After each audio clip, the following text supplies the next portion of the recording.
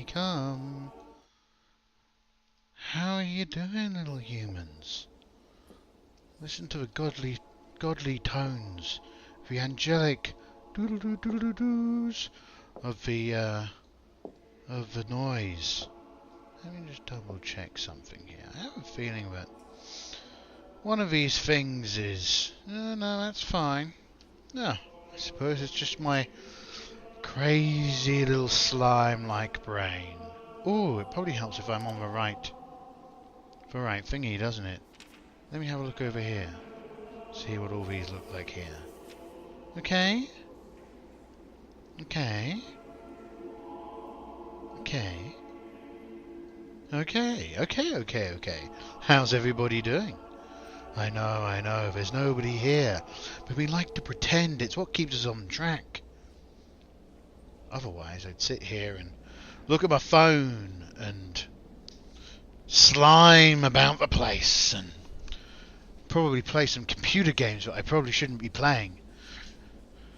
So how's your day been? Has it been a fun and exciting Friday? It's Friday, isn't it? It's the weekend. Ooh, don't you just love the feel of that fabric?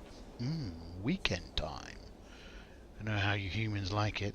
And of course, as always, I'm going to sit here and go, I really do need to get around to getting myself a little border. Maybe a little pillow. But, you know, it is what it is. It is what it is. Now, I've got some tea. I'll probably have to stop at some point to get some water, as there's going to be, I think, quite a bit of reading today. So we're doing some more Pendragon. Last time we played Pendragon, what did we do? Well, we discovered we were a young squire, who's serving an annoying lord, and we were honest to them, if memory serves me correctly. I also seem to remember when we were making our character, we made a whole bunch of stuff wrong and had to repeat it. So that won't have to happen today. So we're really going to get into some. I wouldn't be surprised if we managed to finish for start a solo adventure.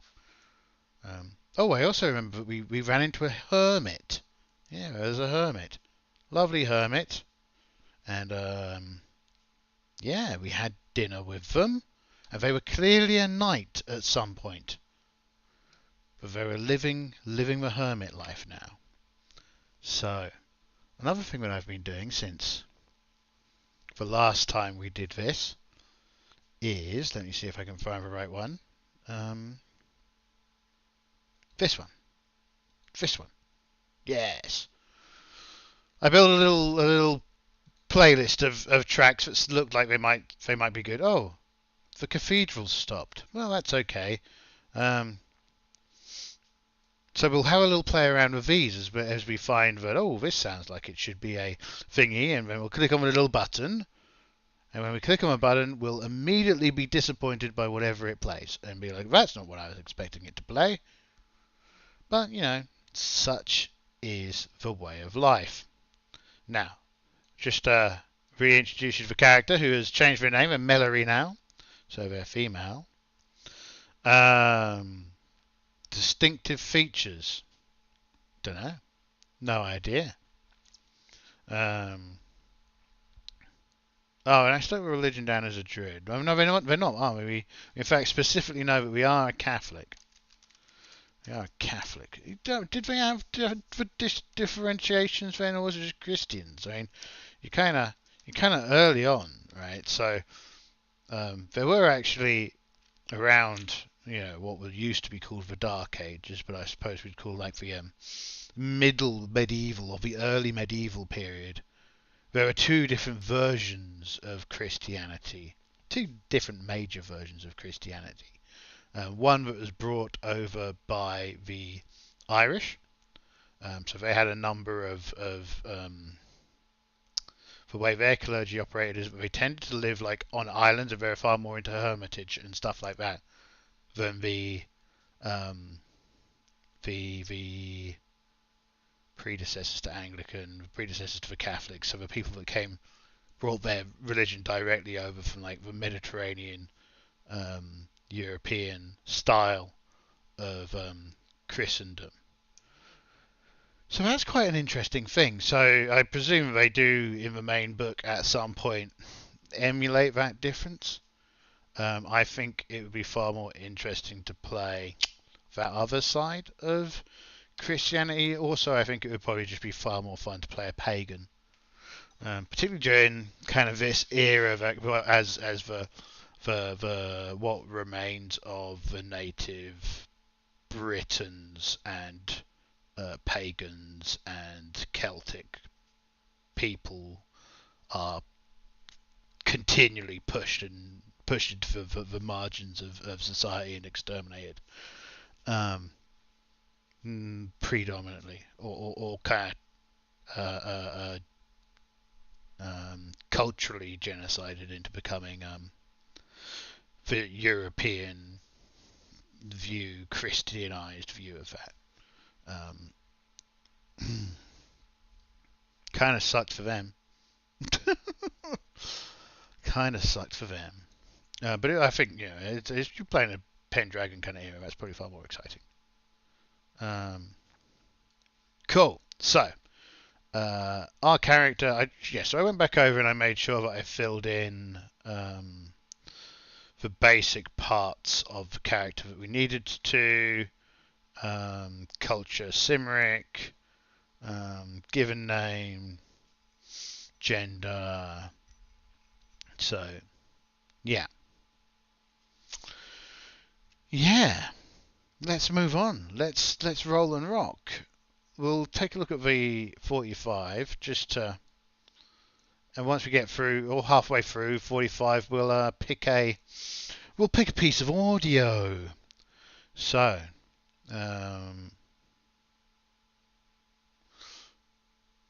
is this the right one?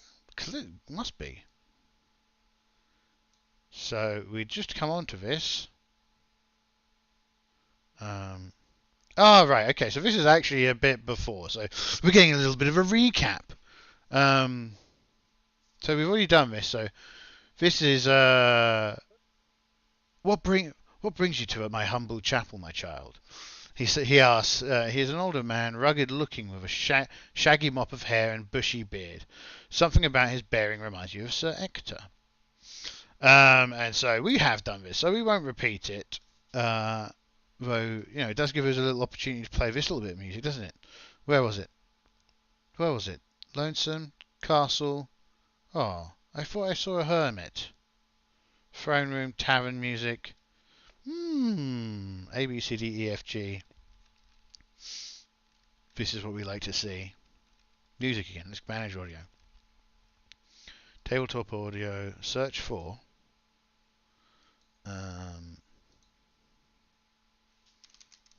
Hermit. Yeah. There was one. There you go. Add to game. Click that little button. And click that. Can't hear it yet. Oh, there we go. So this is where it's saying you're going to set us on the right path. Indeed, I was once a knight, like your lord, Sir Ector. Probably worth putting that in here, Sir Ector. At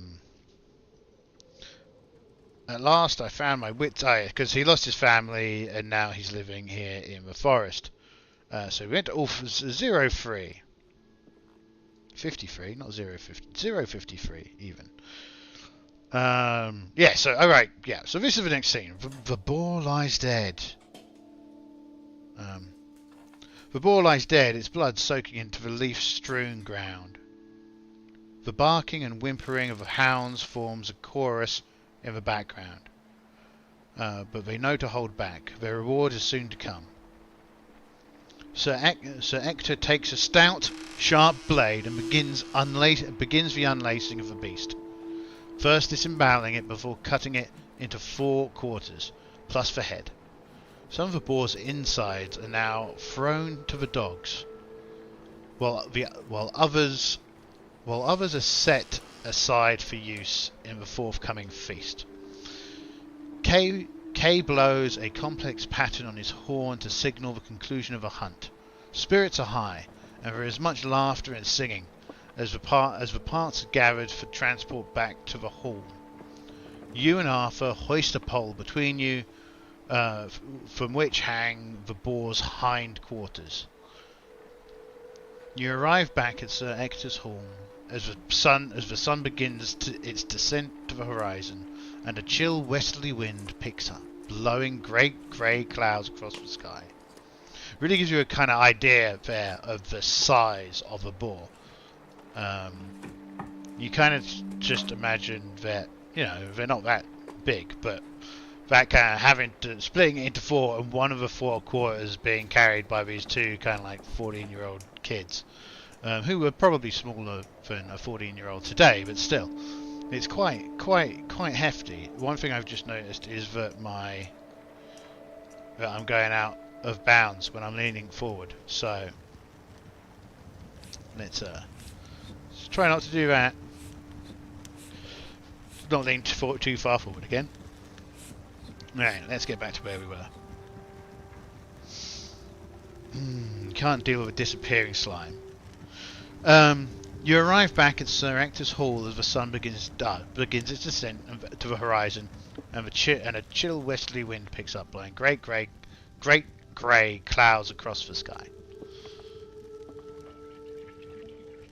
Within fires blaze, and you, Kay, and Arthur warm your hands, beaming at each other.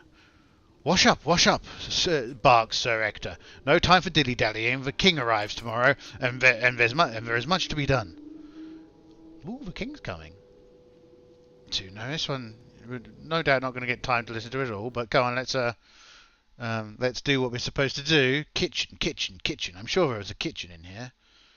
Medieval town, medieval festival, medieval banquet, castle kitchen. So we'll listen to this.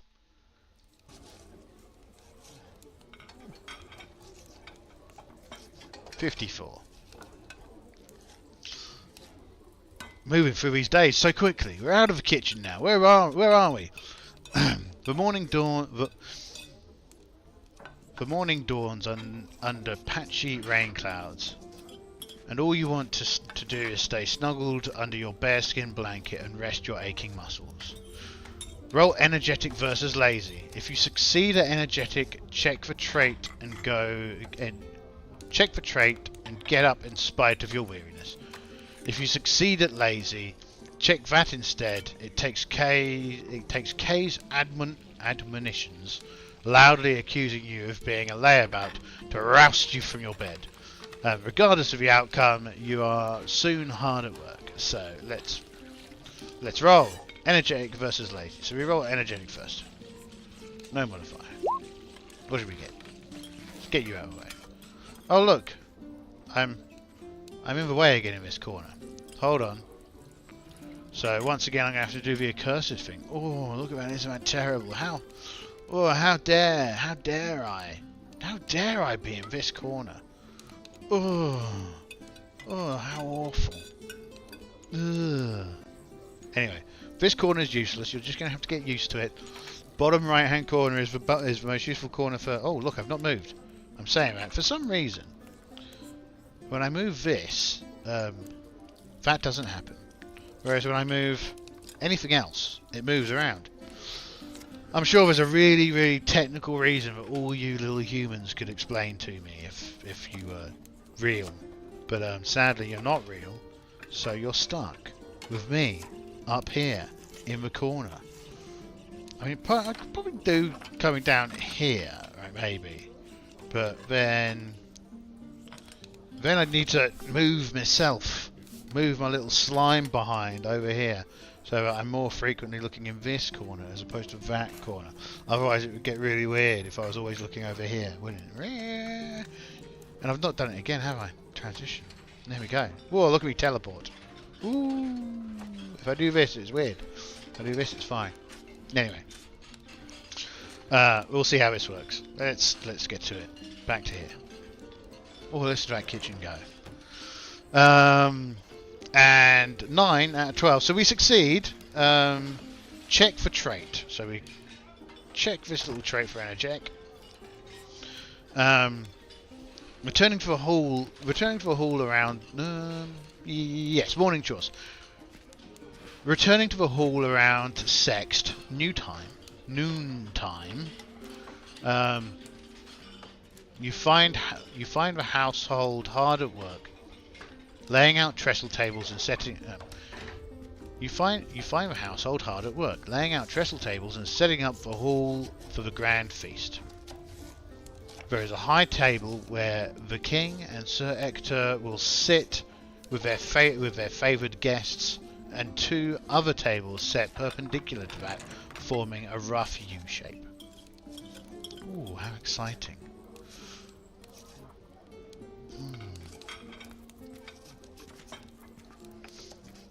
Probably, I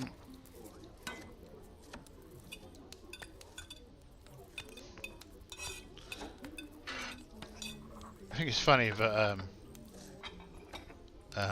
once you hit the fat button, it doesn't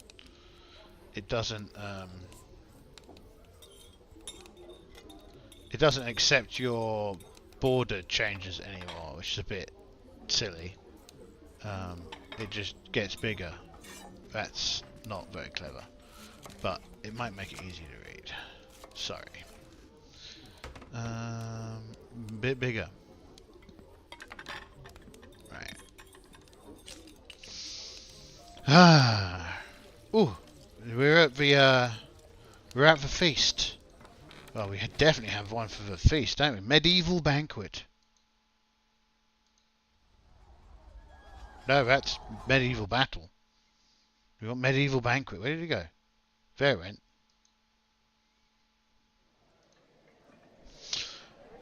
So, as the boar meat roasts over a spit, filling the hall with a mouth-watering aroma, you help Kay and Arthur in setting up the trestles and benches and in laying out fresh hay on the floor.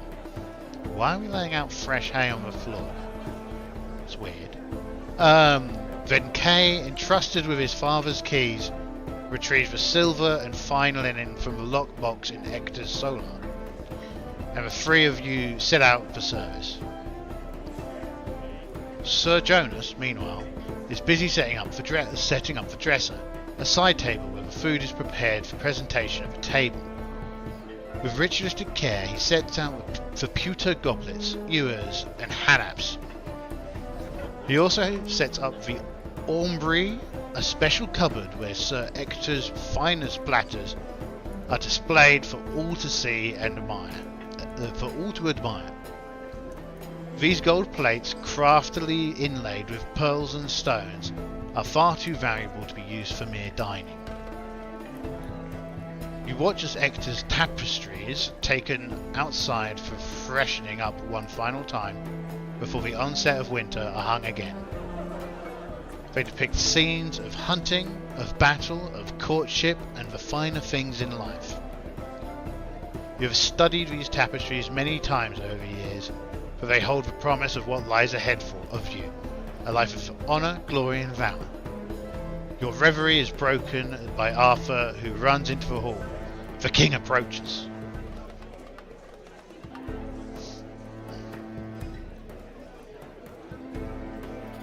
No, it doesn't save your settings in between things, even better.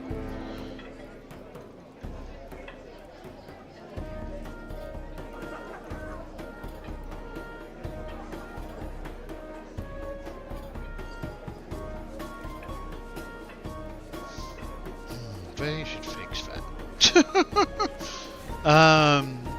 King Mawan of Penlyn is a young man, dark of hair with steely blue eyes and a scruffy beard just enough to cover his chin.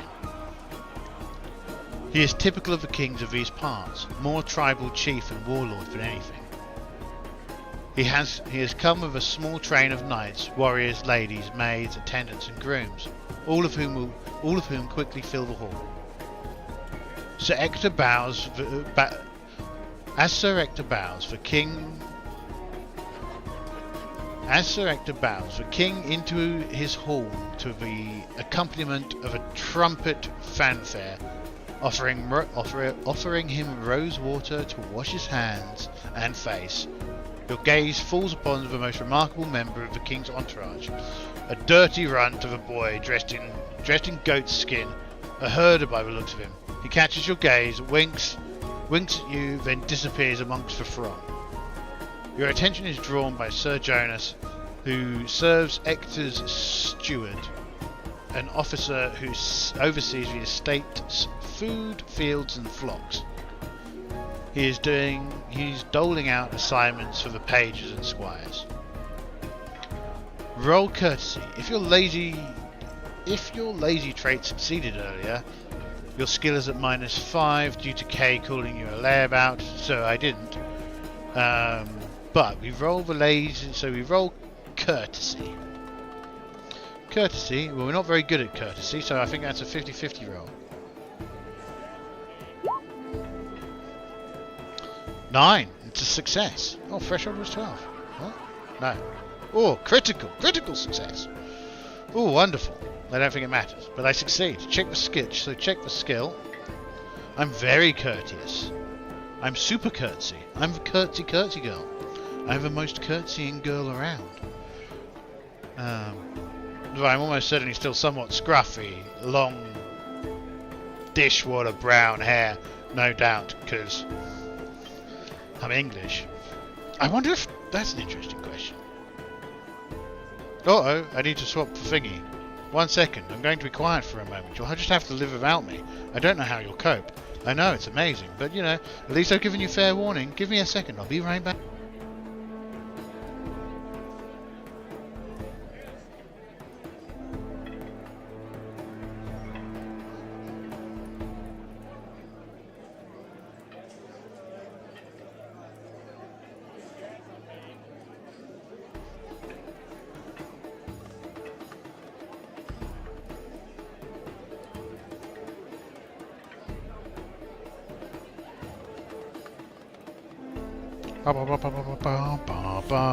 And I'm back. Oh, ran out of batteries. How terrible is that? I should have really taken the opportunity to have a swig of tea, shouldn't I? 1 second.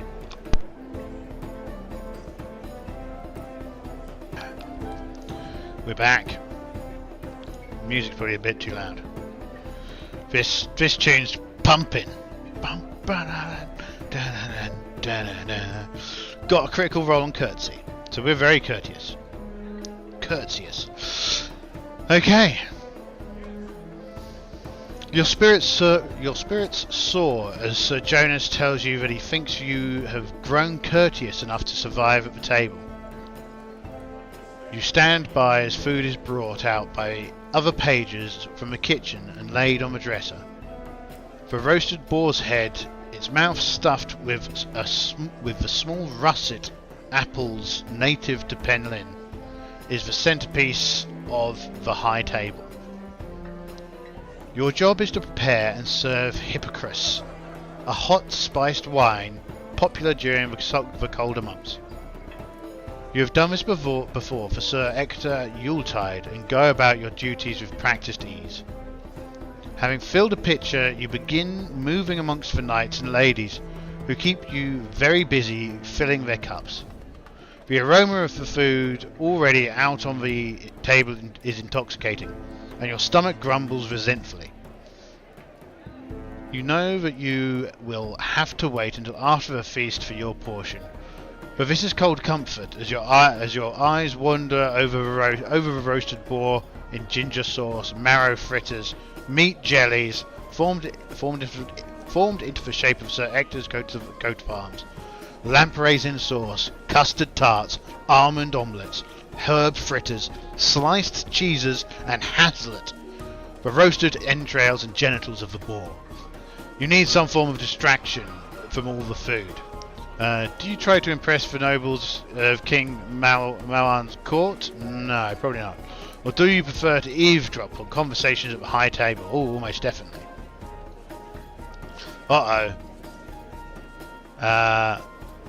Make an unopposed intrigue roll to find out what you overhear. Intrigue. Intrigue. Oh, I'm not very good at intrigue. 17, failure. Sir Hector, will you fight in the Londinium tournament? Your mind wanders as Sir Hector gives his answer. Tournament? Isn't that where knights pretend to fight each other? Anyway, what of it? Londinium is far away. It may as well be Rome or Jerusalem. We're not very impressed by that.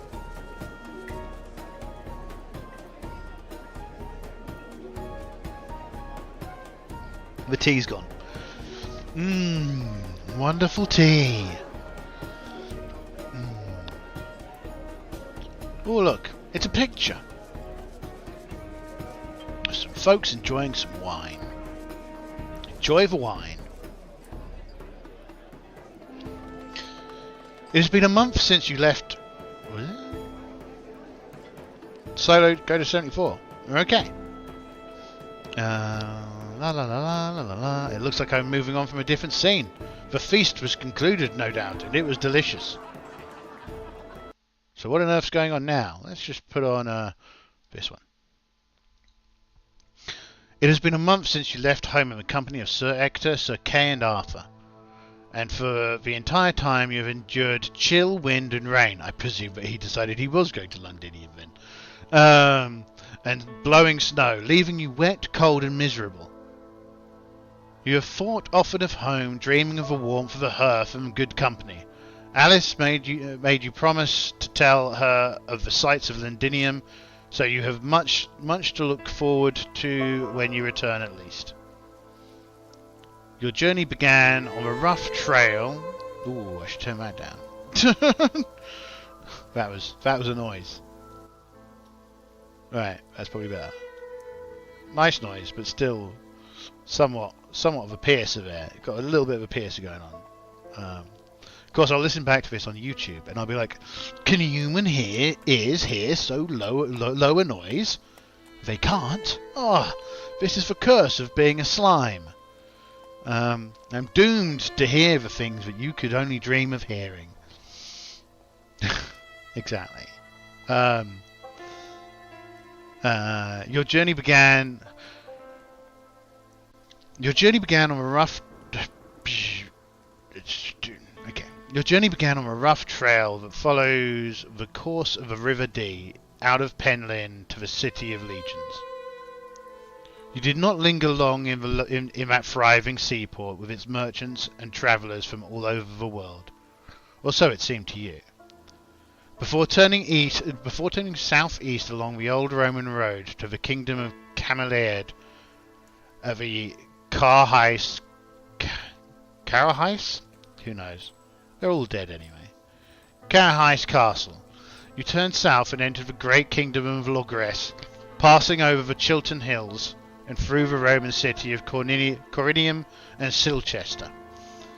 The latter part of the journey has been unsettling, like riding through enemy territory, thanks to the constant threat of Saxon raiders in this region.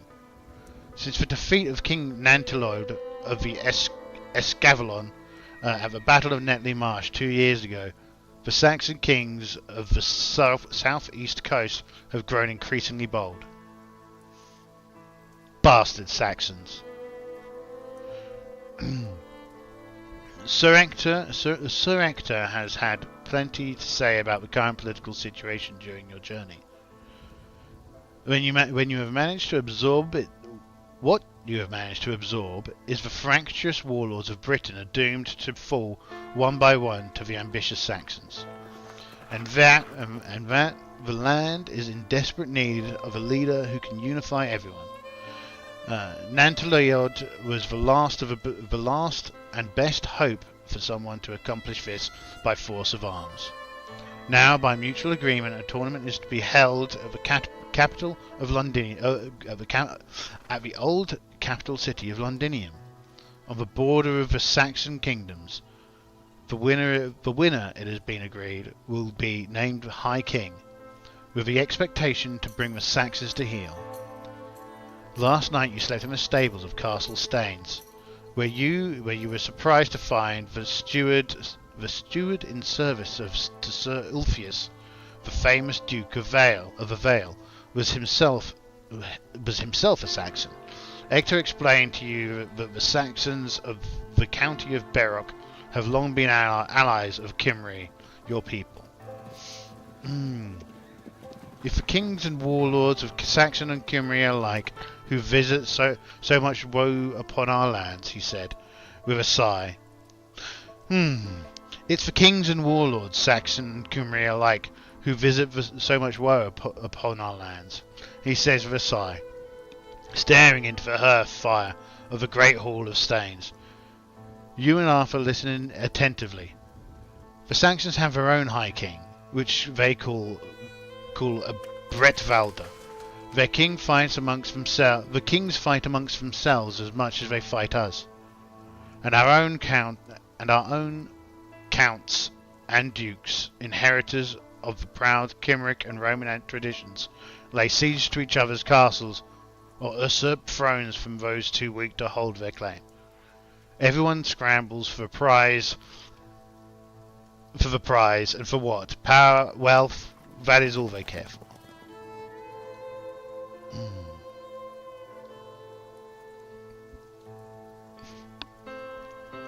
75. This morning you were already on the road when the sun came up, and the day dawned cold but clear over frost-rimmed fallow fields and woodlands. It is around midday when you first catch sight of Londinium, situated on the mighty River Thames, the greatest city in all of Britain. Its stout Roman walls present an impressive edifice, and within you see countless rooftops, towers, and church spires, as well as truly magnificent Basilica of St. Paul. How can so many people live so close together? Asks Arthur in wonder, echoing your thoughts. Several Roman roads feed into Londinium. The one you're on, Watling Street. I used to live on that. Well, very near it. The one you are on, Watling Street, forms the northern boundary of the grounds marked out for the big New Year's tournament. You see a veritable town of tents, riotous in colour, hosting many of the visiting knights and lords due to fight on the morrow. The excitement in the air is palpable. Oh, maybe we should probably change over to this one then. No, not that. Yes, that one. Stop.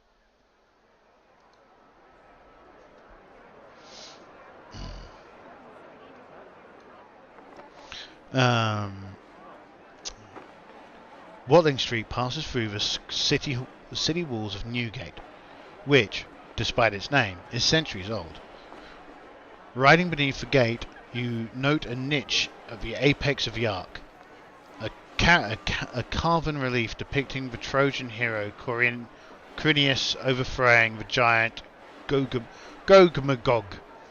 Sir Ector told you this story during your journey, and you reflect that ever since the arrival of Brutus and his Trojans, Britain has seen many waves of invaders from across the sea. You are shaken from your reveries by the sight of the street beyond the gate. Buildings as high as 3 stories crowd in from either side, and in the street itself thronged with men, women, children, horses, asses, dogs, pigs, all in what seems a great swirling tumult of jousting, shouting, squealing, braying racket. Kay, go and see about lodgings. There's a good lad, says Ector, seeming a bit overwhelmed himself. We will wait for you in the courtyard of St. Paul's just ahead. There is little need for Ector to point out the location of the famous cathedrals, for it is easily the greatest structure in the city, dwarfing even the citadel of White Tower and Lud Castle, the two great Roman stone forts on the bank of the Thames. Sir Kay and Arthur carefully guide their mounts through the throngs as you and Ector make for the cathedral. As soon as you enter the courtyard, the noise and chaos of the city seem to fade. You dismount, grateful for the opportunity to stretch your sore muscles, then begin tending to the horses. You have barely started on your task when Sir Ector calls you over to some sort of monument erected right outside of the cathedral's front doors. As you approach, you see a strange marvel. A great stone block surmounted by an anvil. Driven across the anvil is a sword, still bright and sparkling in the sunshine. Sir Ector brushes aside a bit of snow on the shaded side of the block and points to some letters carved in the stone. Like most members of the knightly class, you lack the clerical education and do not know your letters. Nor does Sir Ector, for that matter. But he has heard others tell of the inscription's words. It says something like, "Only the true king may pull me forth," or words to that effect. Many kings, including the best in the land, have tried, but all say it won't budge. I mean, it's more like I feel more like a 76 than a 77. We're not very, are we? Modest, ruthful, chaste. So we're more chaste than lustful.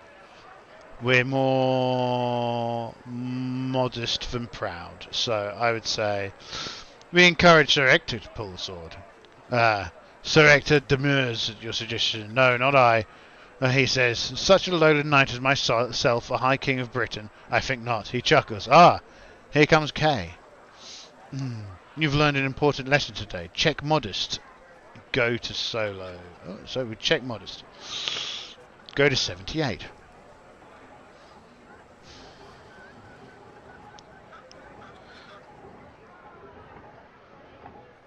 Sir Kay enters the courtyard. "I found an inn with a room available. The last one in Londinium or so," the old crone who runs the place claimed. "Father, I think every knight in Britain has come for this tournament." Kay's eyes are bright with excitement, and as the shock of the city has begun wearing off, you understand why. Save Rome and Jerusalem, Londinium must be the greatest city in the world. The excitement is infectious. You help lead your mounts through the streets into the inn stables, get them unpacked and settled in, and report back to Sir Ector at the inn himself. I expect you'll be wanting to see the city then," he asks. "Take the afternoon to explore, but mark that you be back by supper time. You cannot believe your fortune as he hands you 2 silver pennies. Just in case you find a souvenir," he says with a wink. "You have a few hours to yourself in one of the world's great capitals. What would you like to do? Examine the tournament grounds outside the city walls, or if you would rather wander the streets a bit first? What do we think we'd like to do?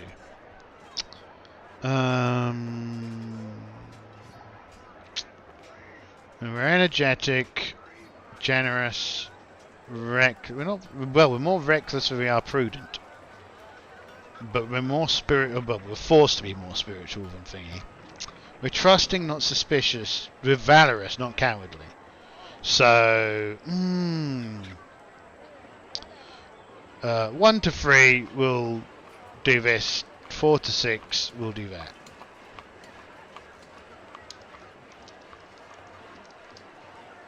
Six, we'll do this.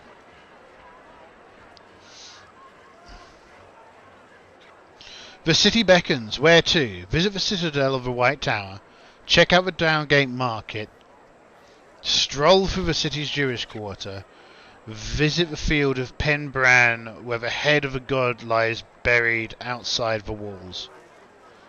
If you've already visited 2 sites, go to 90. Okay, we'll go to...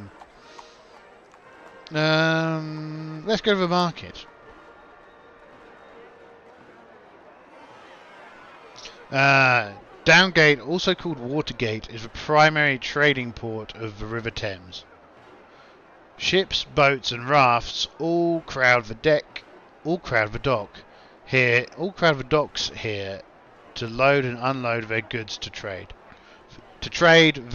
Vendors and merchants hawk their wares from countless stalls and tents, offerings seemingly anything you could desire. Perhaps you'll find a souvenir to take home to Alice. Even during the winter, the trade into Londinium flows as freely as the Thames. You wander amongst the stalls, taking in the aromas, the aromas of spices from far Araby, and roasting meats from food vendors. The marvelling at piles of fine wares on display. When your path is blocked by an old man dressed in filthy, stinking rags, his watery eyes seem to stare right into your soul. He smiles, revealing a bank of crooked teeth. As he leans forward with a walking stick, he seems somehow familiar. Spare some money for a poor old beggar, master, he inquires, the stale smile of his breath washing over you. I don't think we're going to give a beggar a silver penny. That seems like a lot of money to give a beggar. Ignore the request to push past the beggar. See, that seems kind of rude. Pushing past the beggar. I'd like stealthily dance around the beggar, not push through the beggar. So I'm neither just nor arbitrary. Modest, spiritual, trusting, chaste, energetic, forgiving. I say I'm like all round a good guy. Well, a good girl even. I'm a most lovely lady. I'm a delicate petal of a lady.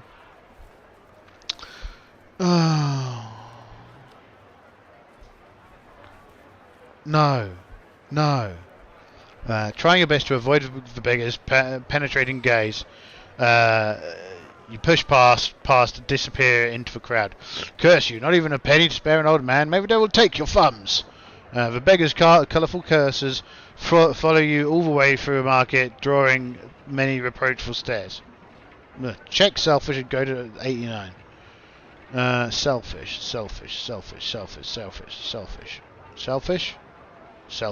Yeah, I'm not very generous. I'm fine with that. I'll go with selfish. Go to 89. The city beckons. Do you wish to continue exploring? Remembering that you have to be back in time for supper. If so, go back. If you have been here before, check reckless. I have not been here before.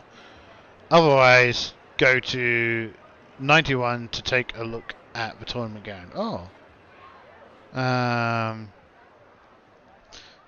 Remember that you have to go back to supper. If so, go back to 79. If you have been here before, check reckless. Otherwise, go to 91.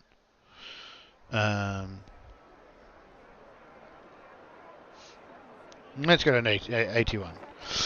To the east of Londinium proper, between Watling Street and Fleet Street, a large area of untilled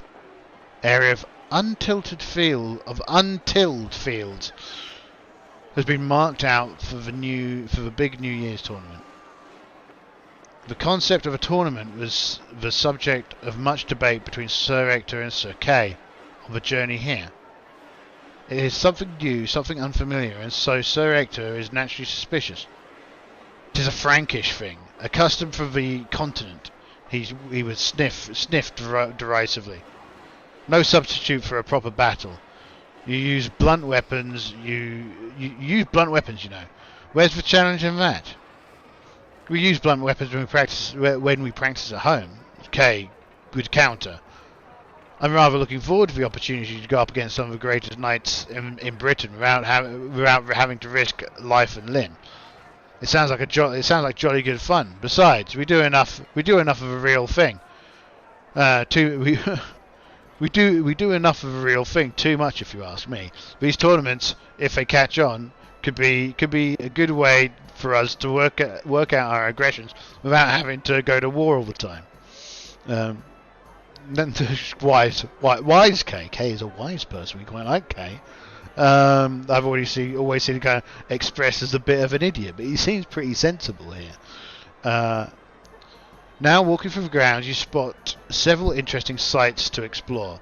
Looking at the tents, you note several well-known standards flying from tent poles. Perhaps you might encounter famous knights while walking the aisle.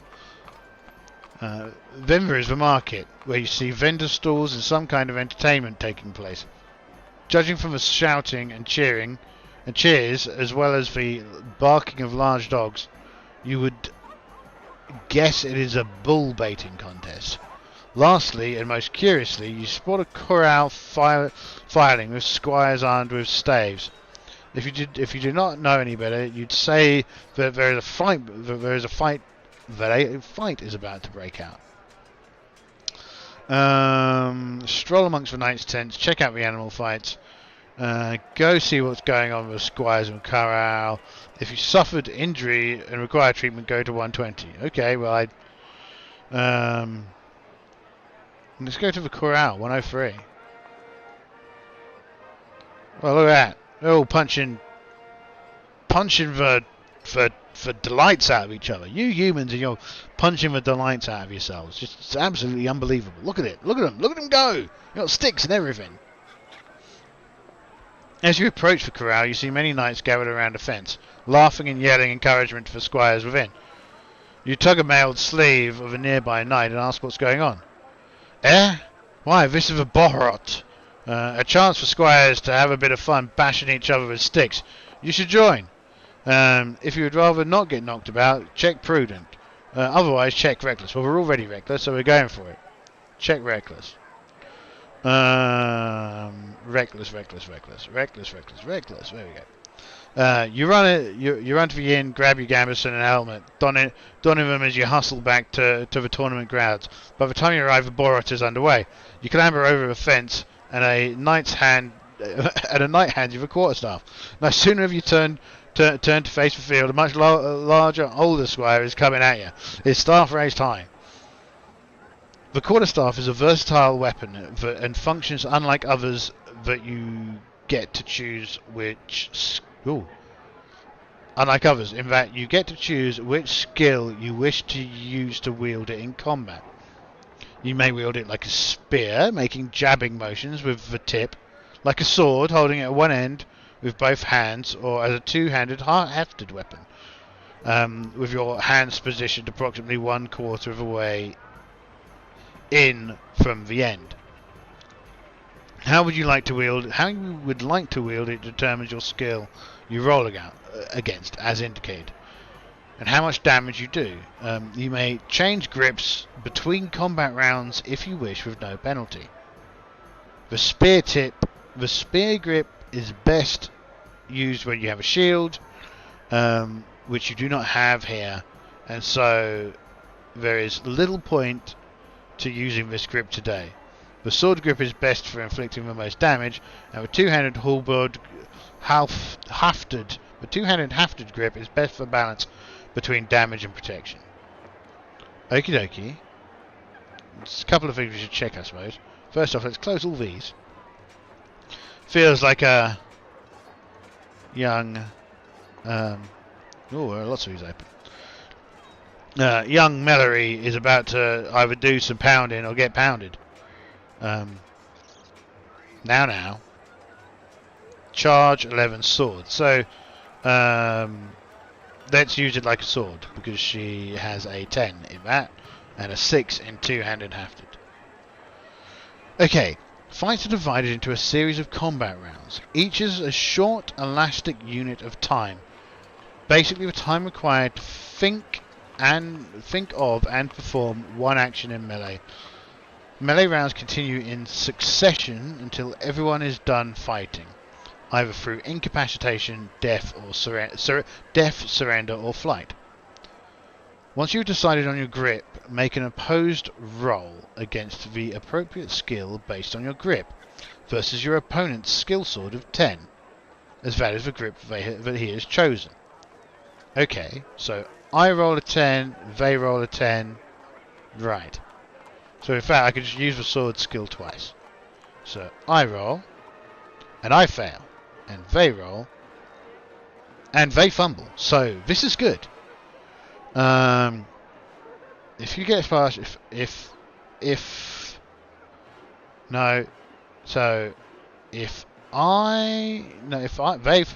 not fumbled.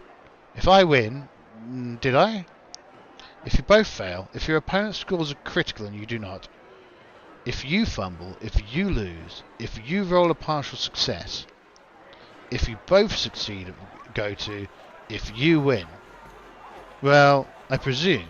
Wait. How did... Wait. Fighters are divided into once you've decided upon your skill...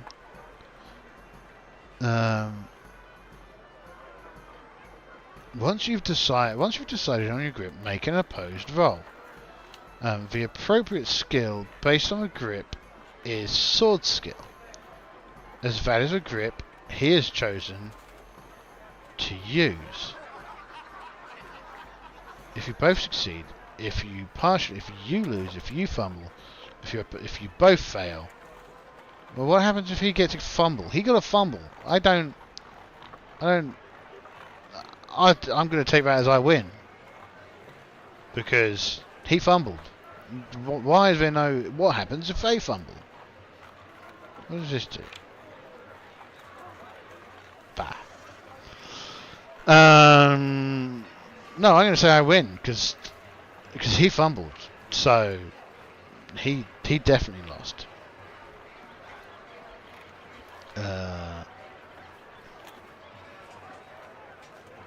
That's a bit...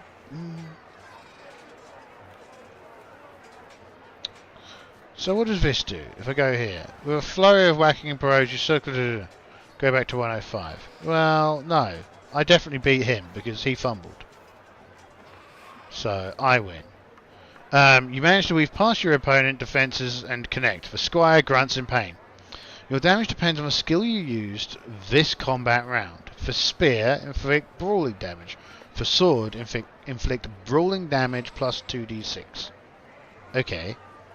So, we inflict brawling damage plus 2d6. Brawling damage is 6. No, it's 5. Plus 2d6. Brawling damage... No. I suppose I just have to roll 2d6 then. Cancel. To roll 2d6. 7. So 12. Your opponent is wearing a gambeson and open helm, which gives him 5 points of armor protection. If he succeeds with his roll, he also gains 2 points of parry protection. Well, he didn't. He fumbled.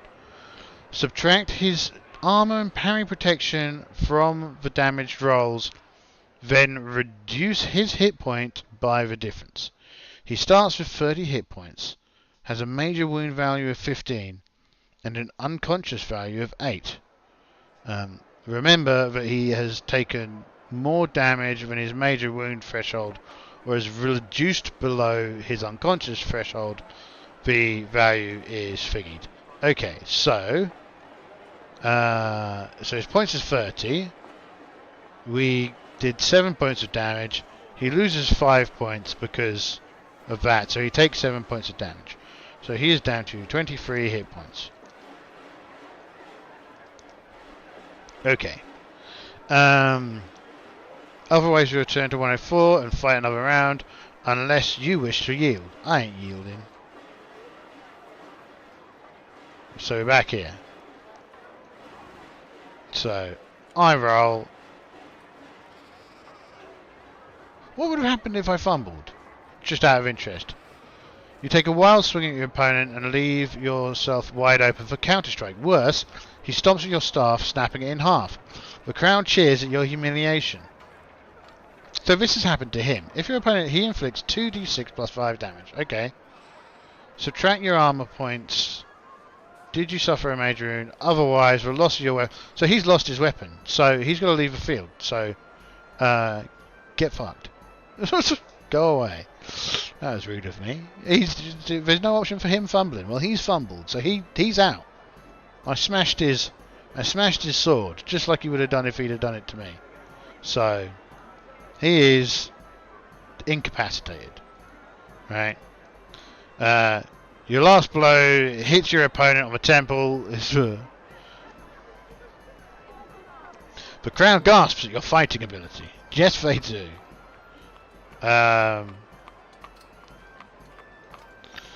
Let's go back here. We fight another person. So he's just out, right? Because he fumbled. I ain't taking that. If I'd have been out immediately if I fumbled, it's only fair. They're against me because I'm a girl. Right. Let's roll again. See what happens. Now, that's not cheating because... Roll. Oh dear, I fumbled. Oh well. So it doesn't matter. Fumble. 92.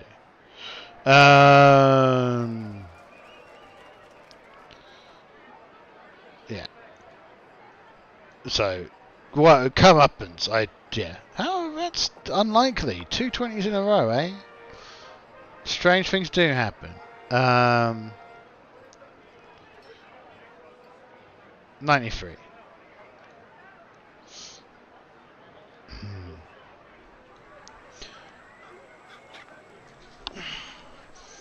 The tent city hosts the overflow of knights and their entourages who could not find lodging in the city. Row upon row of colourful tents and pavilions, from tiny palatial create a veritable labyrinth populated by martial men and women. Pennants fluttering from each tent pole display the arms of the knights residing within. Squires run to and fro on missions for their lords. Knights sit outside their tents, chattering with their compatriots, strumming their harps, or playing games of skill to pass for time. You pause outside a large tent, party-coloured yellow and blue, which you recognise the heraldry of the Count of Salisbury. A knight stepping out of a tent, and although you realise you are blocking the way, you cannot help but gawp. Although you are aware many women may become knights, they are almost unheard of where you come from. But here in the flesh is a woman knight. She is obviously a veteran of many years of fighting. Her steel hair matches the iron of her armour. Her hands are rough and knotted, and you spot a couple of nasty scars on her face. Following her is a young man about Arthur's age, dressed as a knight. He is almost the mirror image of the other, fresh-faced, unblemished, but he shares her martial bearing, and clearly at ease with each other. It is also intuitively obvious that he is her social better. I will probably get out of their way. Have I already got 92? I do.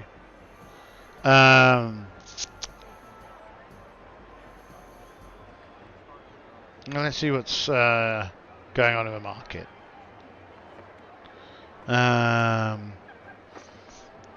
As you move amongst the market stalls, you clearly hear savage barking, angry bellowing, and excited cheering that marks a bull baiting contest.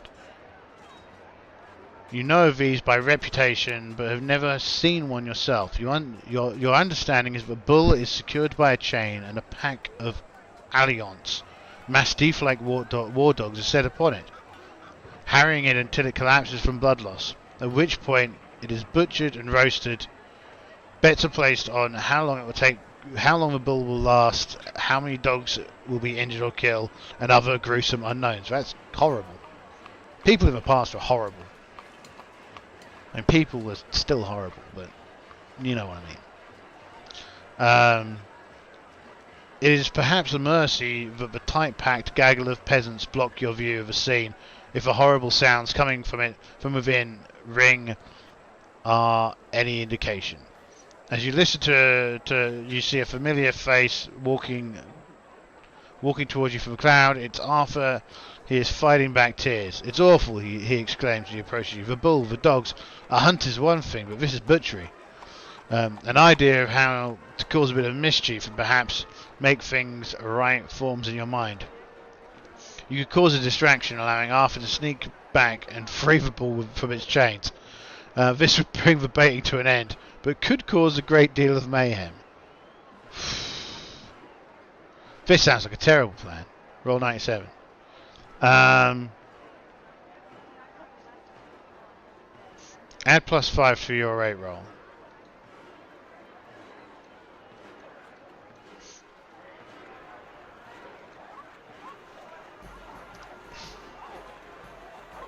Oh, we all right. Where were we? 111. Is that it? No.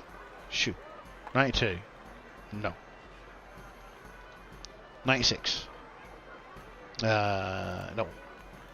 97. Yes. If you succeed, go to 98.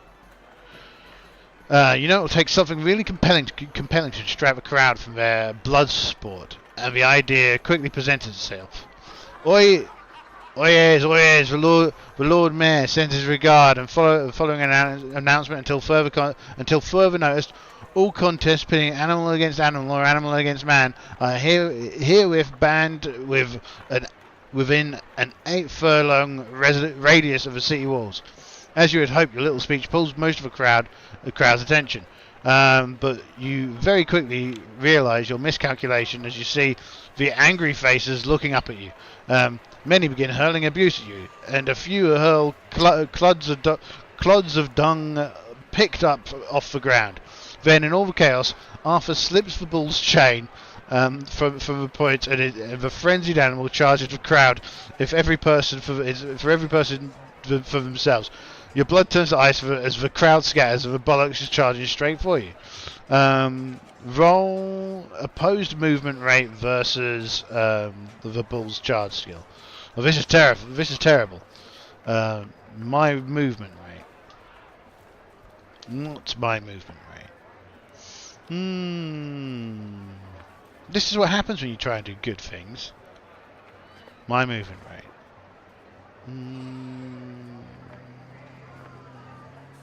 Where is it? Unconscious mate. Movement 17. Okay, my movement rate is 17. This is fine.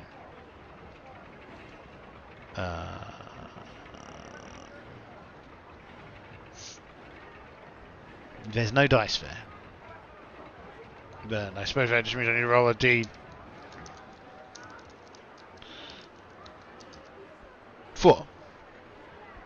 Bull is against 10. It gets a 14. So I'm successful. It fails. No, if you win or tie, go to 100. The bull crashes into the barrel you're standing on, but you've already leaped up, grabbed the awning. Thankfully, it holds your weight long enough to allow the bull to charge past. As the sergeants and knights come streaming in, you make yourself scarce. 92. Okay.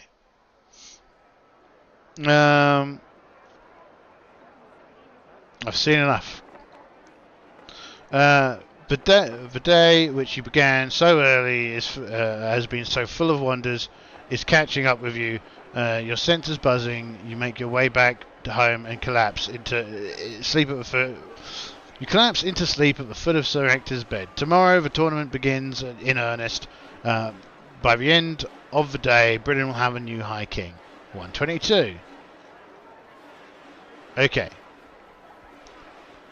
Before I do this, I'm going to leave you a pretty picture, and I'm going to go grab some water, because I need water. That's what I need. There's been no one talking either, so you non-existent people aren't going to mind the fact that I won't be here, so shh.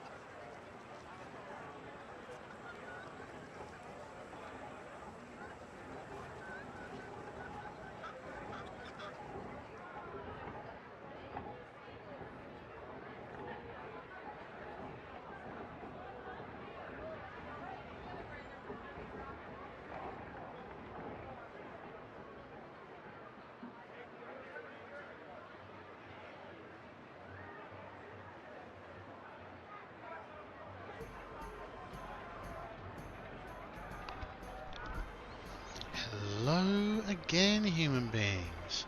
I have myself a nice drink of lukewarm water.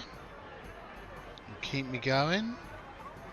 And look here, there's a picture of, I don't know, a cat, a dog. Is it a dog? I presume it's a dog. It looks a bit like a dog. I don't know, it's just a really angry fox eating a bird's head whilst it's alive, I presume. Anyway, sucks to be that bird. Let's get back to it. Okay. 122. Can I zoom in and it be a sensible zoom? Not really. Okay.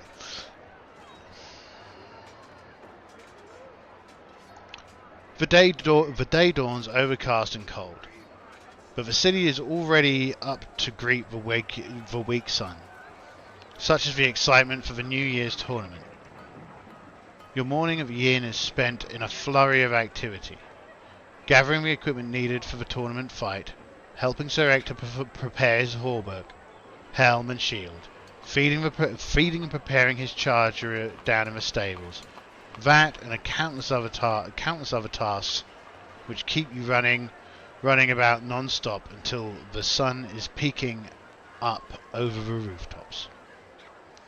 Arthur is every bit as harried and hurried in his duties for Sir Kay, so it is with some sense of relief that you mount your rounceys and fall in line behind your knights. You exchange smiles, letting your agitation give way to excitement.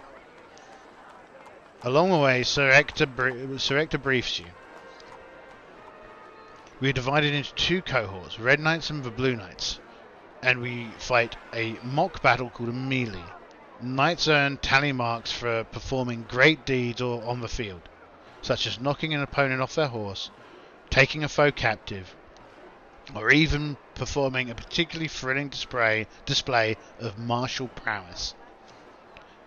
The London Mayor of Londinium himself and the guildmasters of this city sit as judges and keep a record of our marks.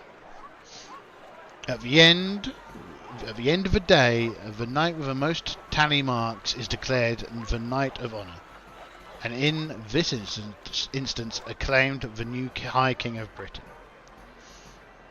As squires, you are to ride onto the field with us, but you are not to fight.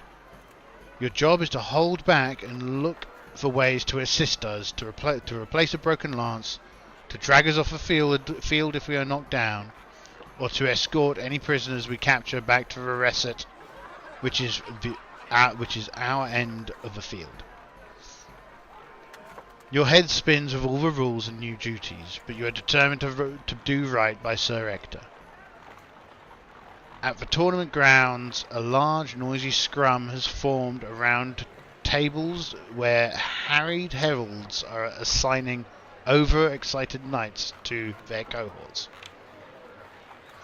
Ector and Kay dismount and take their place at the back of the mob when you hear that Ector is without his sword.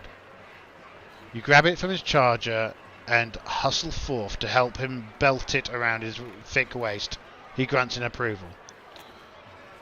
"Well, fetch my sword," says Kay absent-mindedly. Arthur turns pale. I forgot it back at the inn, Kay." Kay's face turns to crimson and with anger. "Oh, Arthur," says Ector disapprovingly.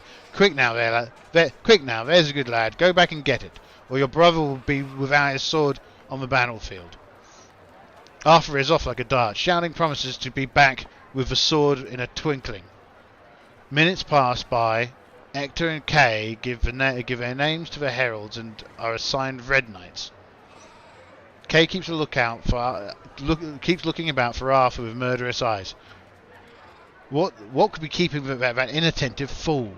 Go find the whelp and bring him back with my sword, or so help me. You do not need to be told twice. So there is one thing I want to check whilst I'm here. I want to go back to this strand because I'm curious.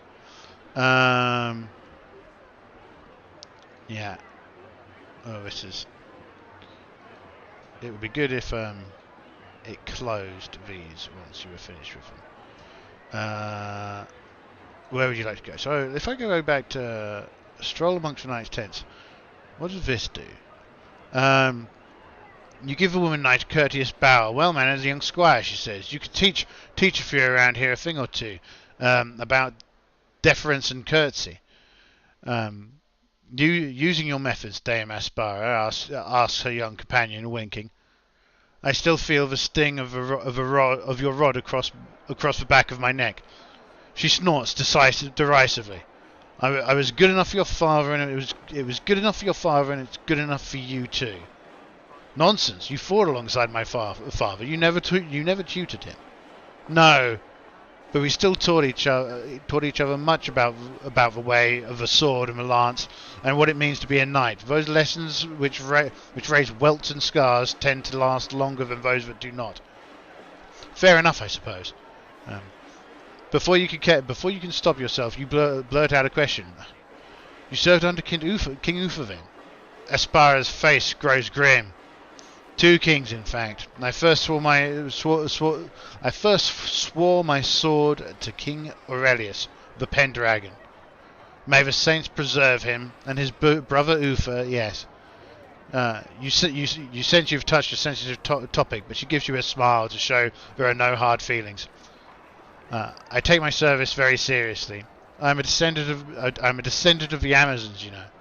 My ancestors served the Romans in Cornwall and Brittany, and I continue the tradition and honour their memory in my every word and deed.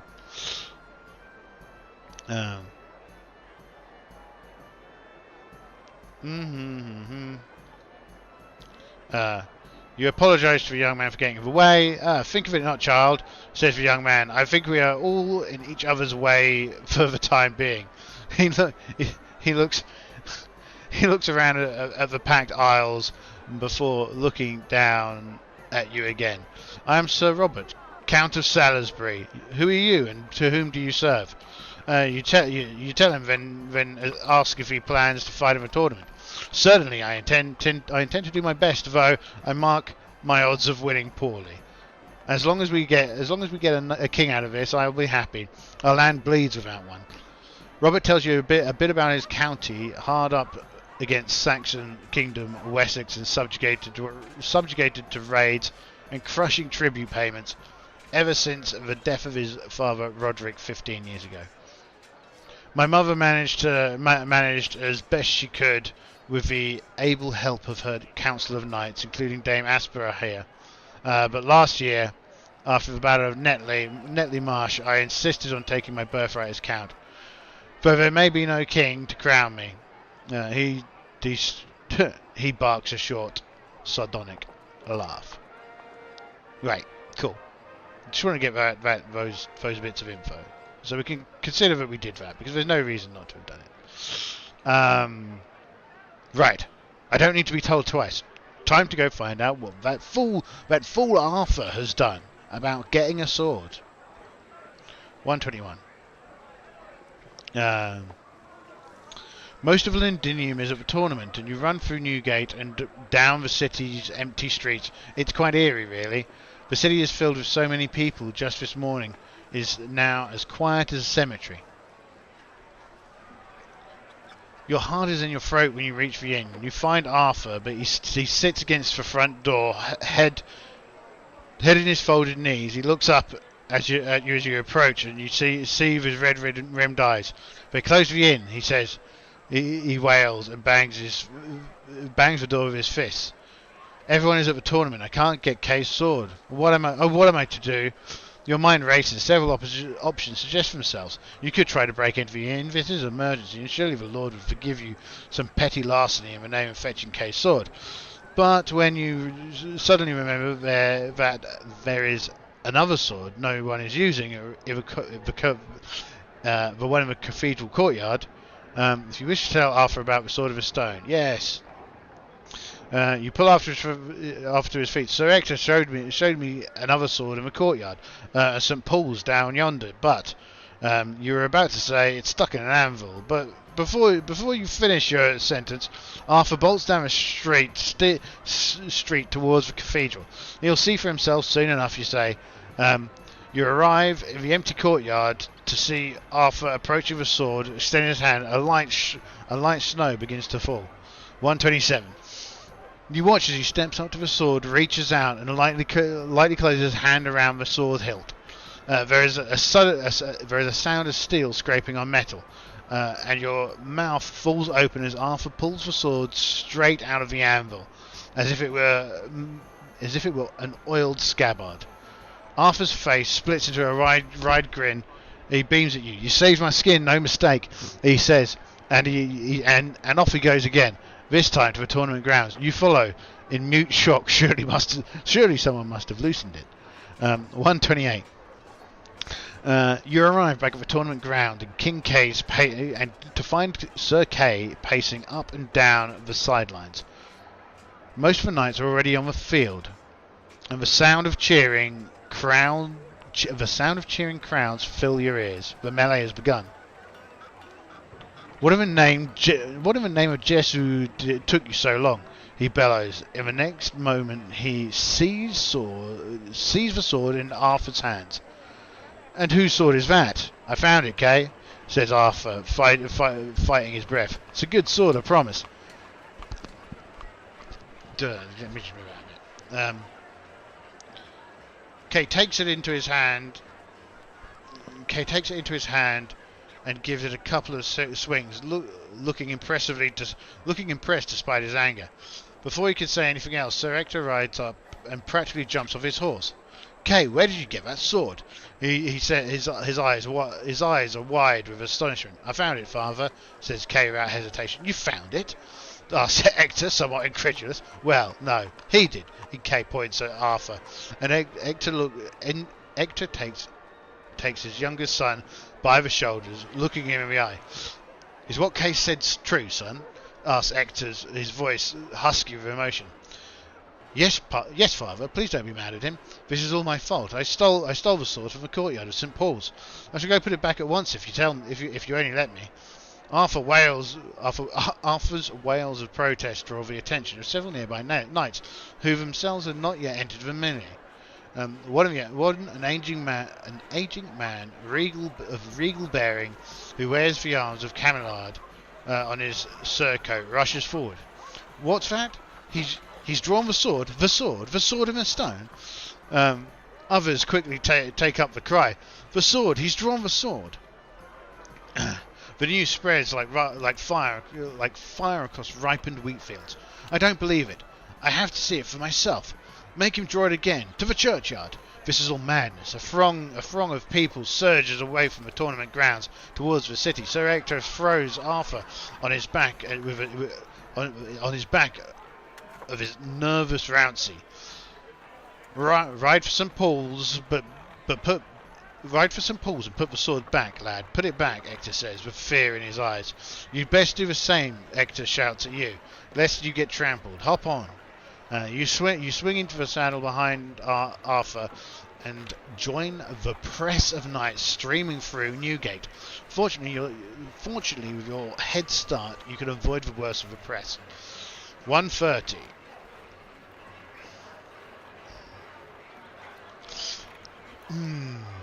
Oh, look, we got a picture here. Ta-da! It's a picture. Look at that whilst I drink a glass of water.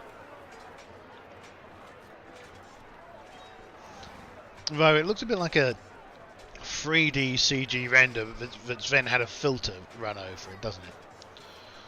I prefer all the other pictures to this one, to be frank. Murmuring crowds of horses, commoners, clergymen, knights, squires, lords and ladies pack St. Paul's courtyard and surround the cathedral's steps in a wide arc. Luckily, you and Arthur made it just in time before they arrived. You dismount and approach the anvil and stone with Arthur. A single horn sounds. The crowd suddenly grows quiet as you see two wizened old men being escorted from the rectory to the top of the cathedral's stair behind the anvil and stone. One is pressed in a gilded bishop's cassock, the other ragged, filthy robes.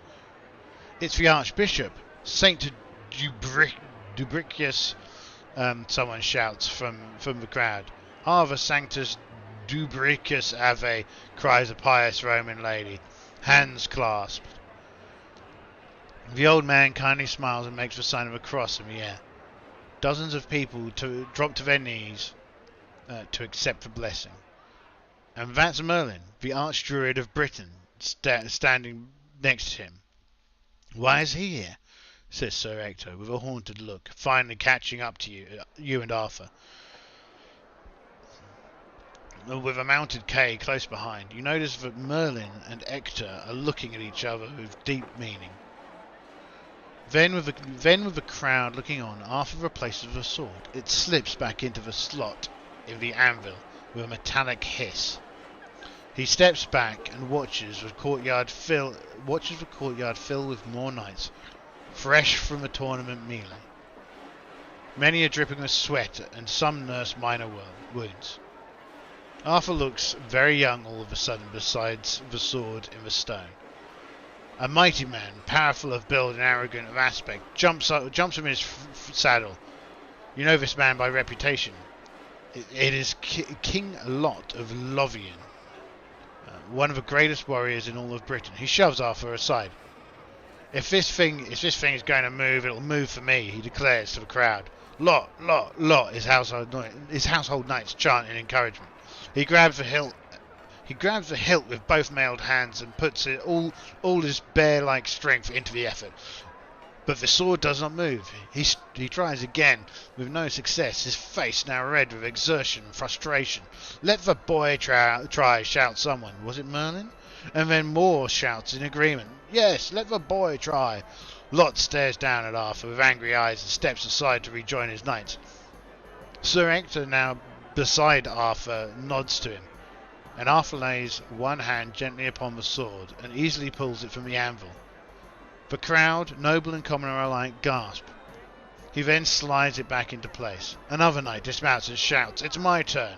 I, King Urien of Gore, shall pull the sword," and pushes his way to the rock. Like Lot before him, Urien grabs the sword and tugs, pulls, and then tries to manhandle it free, giving his full armoured shoulder to the task, but the sword does not budge.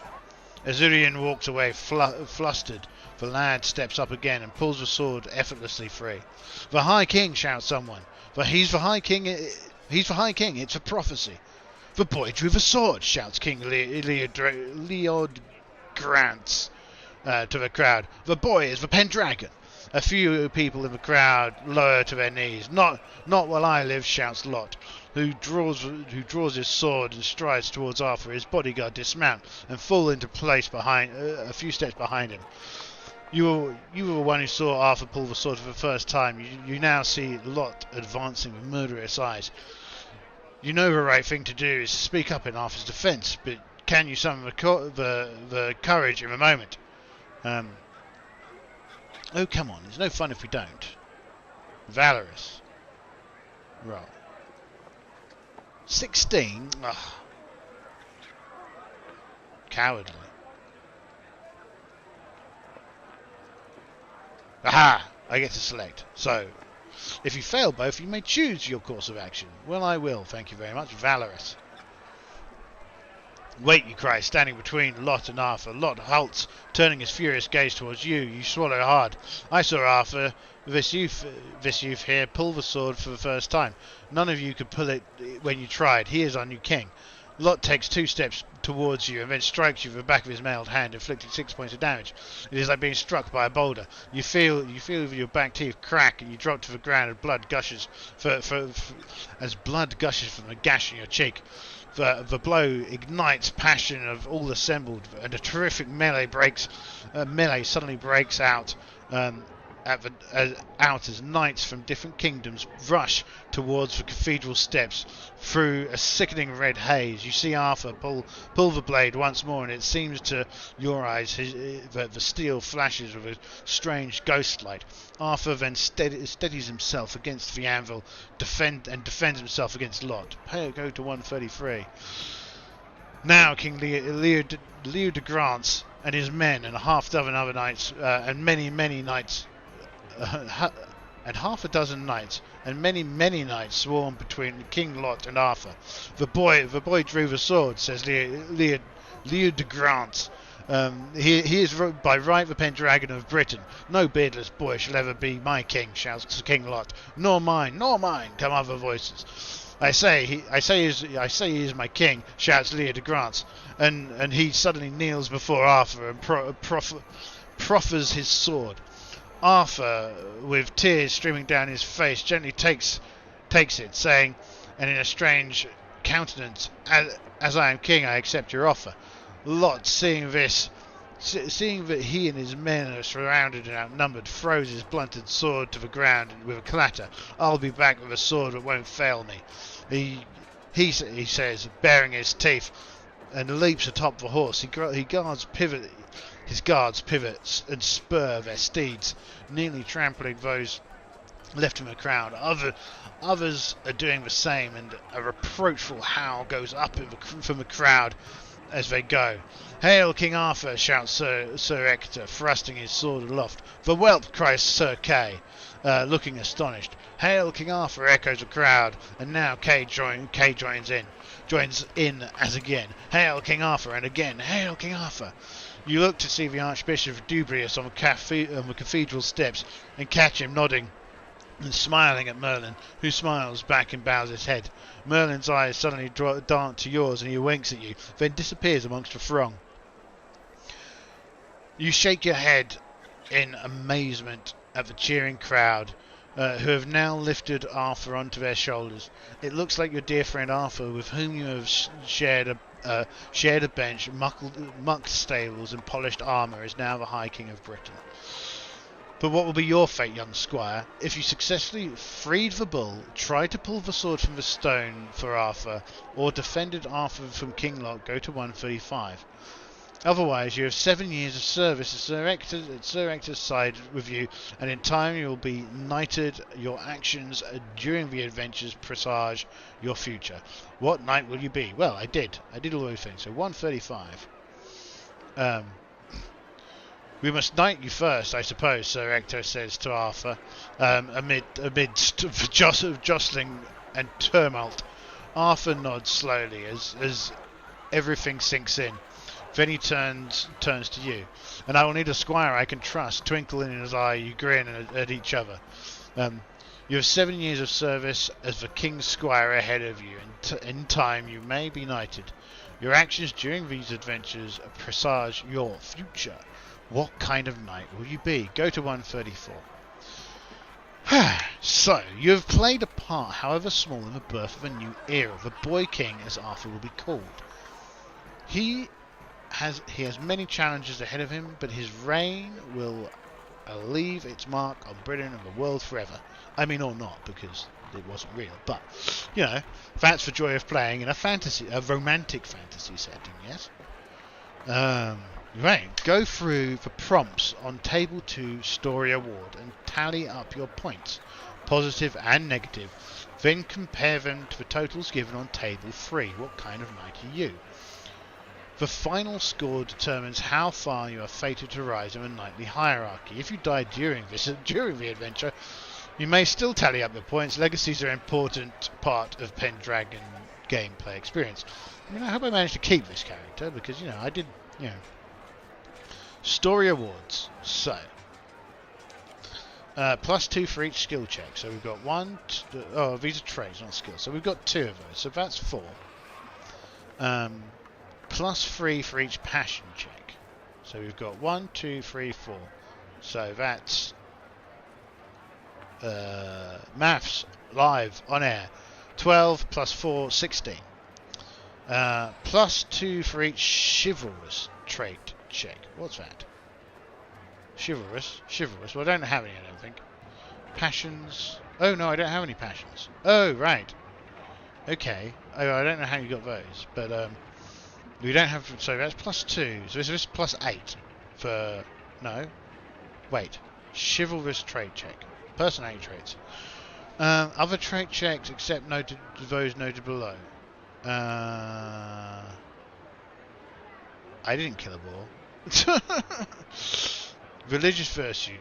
Religious virtues. So are these chivalrous traits? Maybe. Are these? Maybe. I don't know. I'm just going to give myself +4 for this. Because they're not passion checks. Because I don't have to do any. So 8. Skills. 12. Yes, yes. That's what we're looking at. 4, 8, 2, 12. Right. For any other trait check except those noted. If you killed the boar single-handed, I didn't. If a noble woman gave you her favour, no. Well, no, that didn't happen. If you set the bull free, yeah, 13. For each round you withheld damage dice, no. For each opponent, you thingamajig, 14. If you told about the sword, 16. If you tried to retrieve the sword before Arthur, no.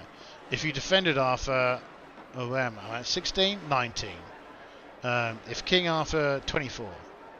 If you lingered in the lands of the good folk, no. For each check opposed to a religious or chivalrous trait. Do you know what my chivalrous traits are? I don't know. Merciful? I think I probably have one check against merciful. No? Modest? I've got a check on modest. Does that make that a religious trait? I don't know. It doesn't tell me anything about those. Chaste? I don't have any checks. Generous? No, I don't need to worry about that. Proud? No, I'm modest. Reckless? Prudent? No, that's fine. What was I on? 19. 20? Wait. Oh, sugar.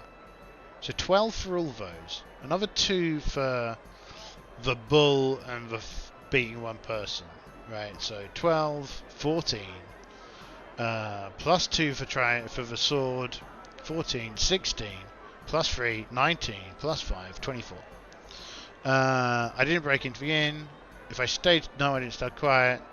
If no, my opponent didn't die. I wasn't tardy. So 24. Okay, so we've got 24. So then we're supposed to compare it to what kind of knight are you? 24. Knight of a Round Table. You are knighted by Sir Ector or King Arthur, and go on for a great career. You are among the first to receive the personal invitation of the king to join his esteemed martial order, the Knights of a Round Table. A few years hence, your name is destined to be remembered in tales. Nice. Nice.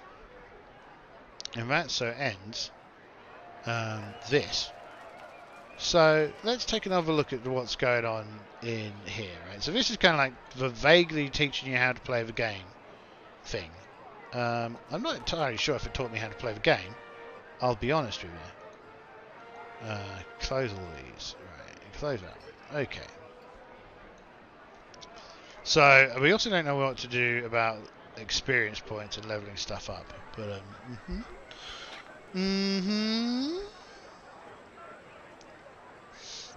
So in here we've got. Do we have honor, skills, horses, injuries, death, winters, so on and so forth? Skills.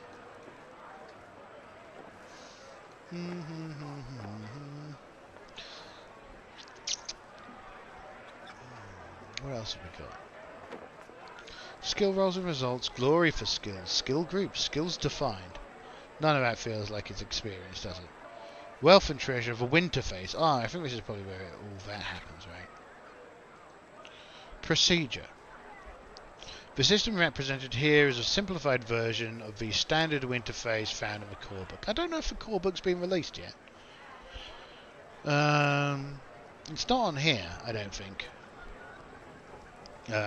The basic procedure includes these 3 steps: experience rolls, training and practice, tally, glory, prestige, rewards. So, alright, okay. So experience rolls. The better you become at a skill, or the more extreme your trait or passion, the less likely it is to increase from experience checks. This makes sense. Roll 1d20 for each experience check. If the number rolled is greater than the current value, then the character learned from their experience and adds 1 thing. Okay, that's cool. Once the 1 point to the value. Once a check statistic is rolled, erase the check. Okay, so that basically means we get to roll energetic. So it's currently 12.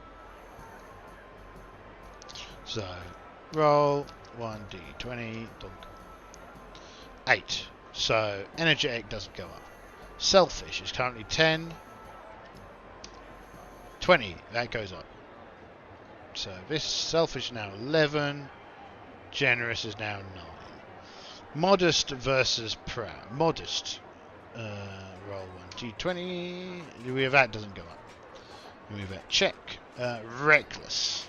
Roll target. Get over 12. No. So that doesn't go up. Courtesy is currently 10. 4. That doesn't go up. Charge. Currently 11.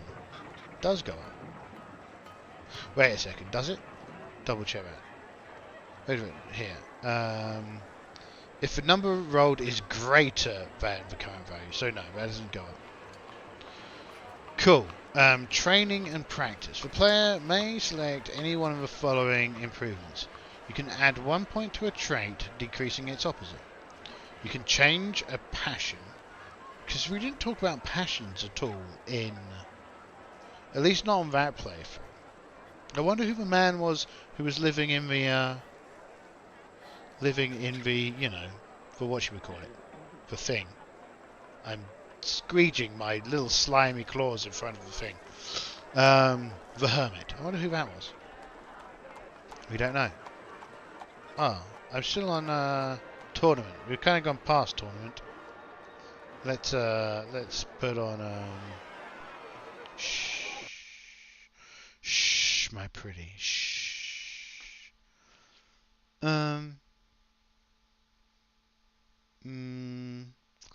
Let's just put on no, this one. Right. Passions, don't know. Change a stat. You may add 1 point to any of the following: strength, dex, con, or app. Appearance?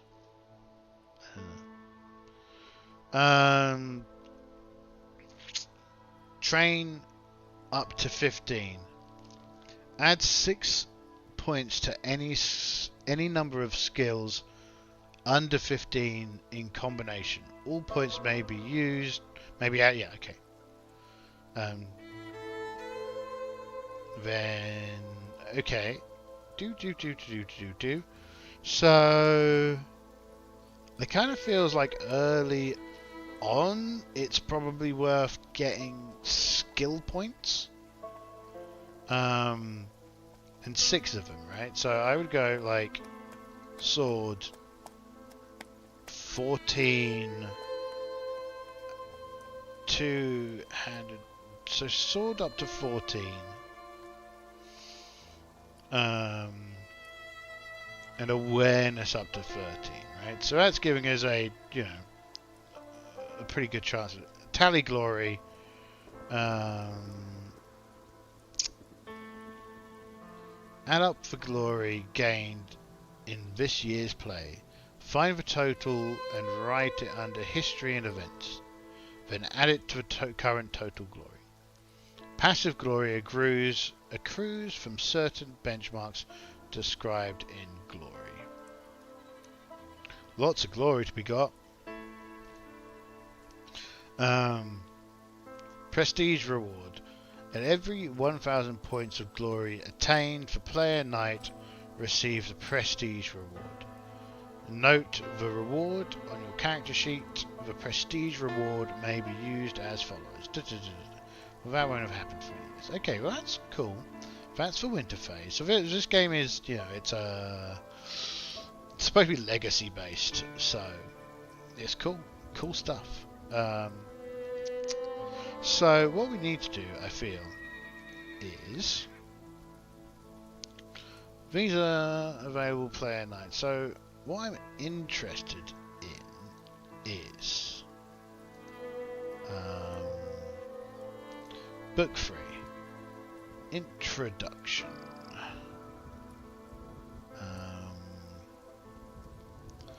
For the game, only the game master should read this book. Yeah, fine, whatever. Introduction. The Sword Campaign is a collection of scenarios that plunge player knights into tumultuous early years of King Arthur's reign. From the drawing of a sword in the stone to the boy king's desperate fight against the northern kings, who would steal his crown, to the gifting of the most legendary sword in the world. Each scenario is intended to comprise the main adventure for that game year. Other events emerge through play. As game masters, it is your job to interweave these events through the main narrative. Yada yada yada yada yada. By running through these scenarios, everyone at the table can get a good idea of the Pendragon experience, the yearly rhythms of adventure, training, the passage of time, the way the Tales of Legends came alive, and how player knights fit in. The events and the scenarios introduce concepts of what it means to be a knight, glory, honour, chivalry, a bit at a time. Here you will have the chance to use all of the basic mechanical systems of the game, traits, passion, So again, it's more teaching than the initial solo thing gave. We'll play it solo. You know us, we're all down for the solo stuff, my wee little humans. Yeah. Okay, so yeah, indeed the intent of the sword campaign, and it looks like there are 3 adventures here that we'll need to go through. This one kind of feels like it's part of what we've already done. The Adventure of a Sword tournament, year 510.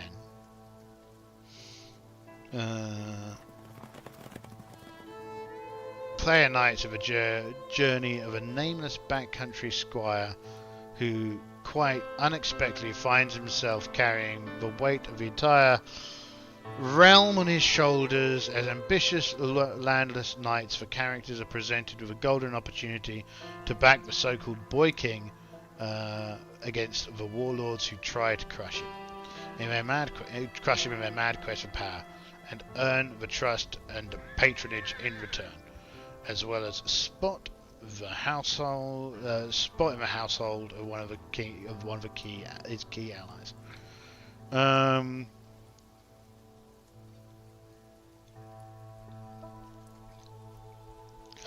Yeah, so that's interesting.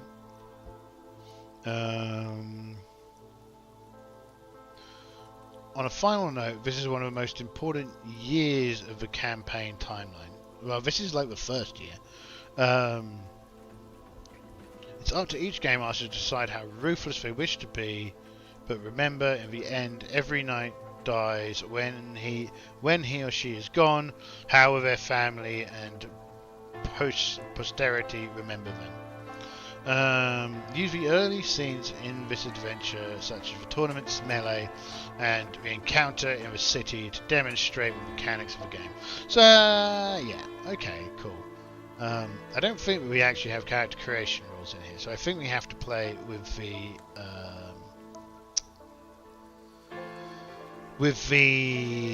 pre-gens. Let's have a look at one of these pre-gens versus the girl we've been playing with, shall we? Let's do that. I think that's the case, right? I don't think there's no, there isn't, right? I don't think there's a character creation in here. No. Um,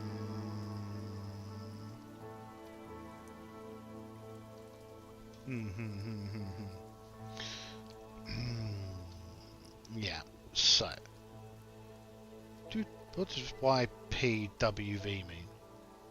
Your Pendragon will vary. Alright, okay. It's key to this game. It gives explicit permission for the designers to change elements of the system. Of course, right, fine. Yeah, whatever. Standard. The literary timeline. So Thomas Mallory's book Le Monde d'Arthur is the primary textual source for much of the Pendragon campaign timeline. The events of the Sword campaign align with the early part of that work. Game masters wishing for more background and details may seek out a copy. I ain't seeking out a copy. Chaosium publishes an edition with annotation by Greg Stafford and John Matthews. But for benighted souls unable to acquire a copy, there are many versions available in print and online as well. Each with differing approaches to translating Mallory's archaic English. Yeah. Top haddocks. We've got all the haddocks here. Every last one. Let me take a check. I want to have a quick check of something else. Let me have a look. Where is it? Here. Oh my, I said we'd go through to 11, but we've already completed the adventure. Right. So I guess with that, we should probably look. Oh yeah, what we were going to do was look at some of these characters and take a look at their skills in comparison to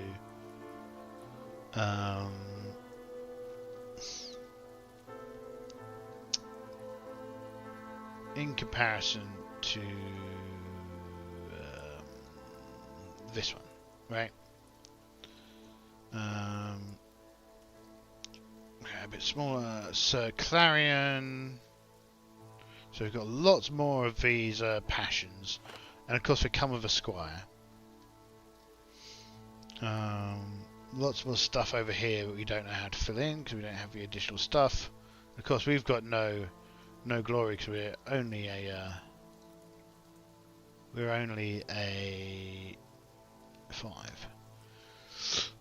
only a page, right?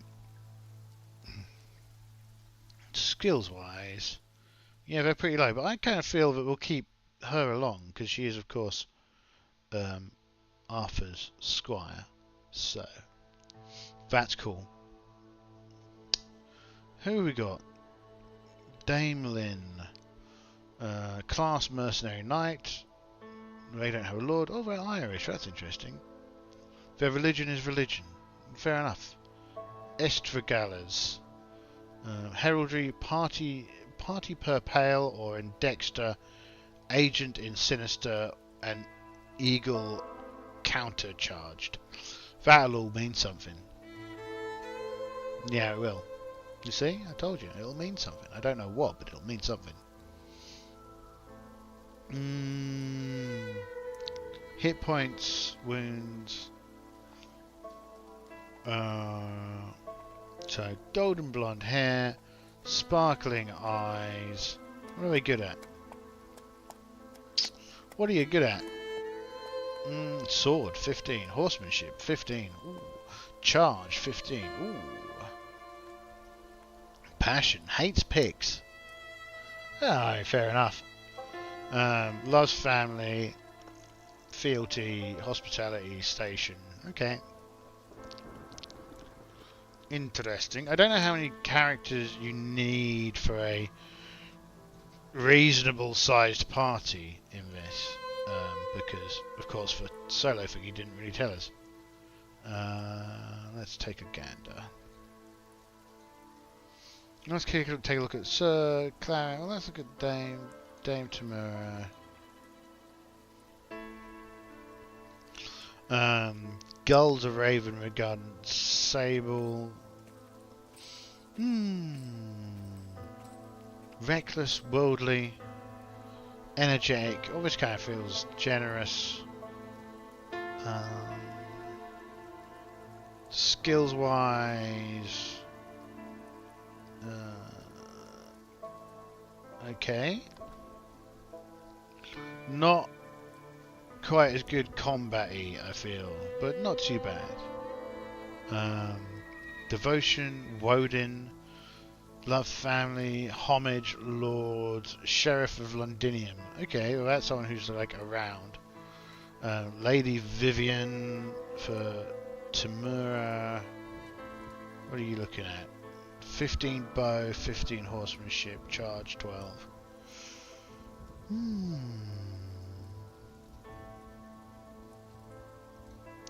What about you? They're all young knights as well, right? And this is Linnell. What's Cadwell doing? Barrel-chested, rustic accent. Kimrick, Salisbury, Gironi of the Eight Azure. Faith and charity. What are you doing? Spear person, horsemanship, charge. Interesting. Interesting. Very curious. Clarion, Everin. How many have we actually got? Oh, what do these do? All knights are multi-sided. All knights tokens are multi-sided with a character face and a heraldry. Alright, so if you like so. No? No. Yes. Is that? No? Is that? No? Alright, there we go. Multi-sided. Choose side. That one or that one. Okay. I see. I see. I see you. I remove you from my map.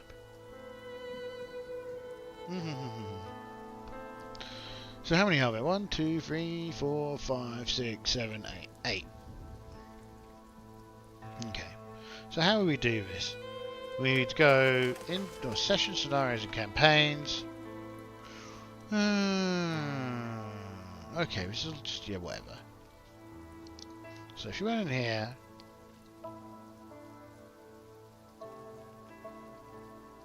so we'd have our initial read, the initial monologue, maybe.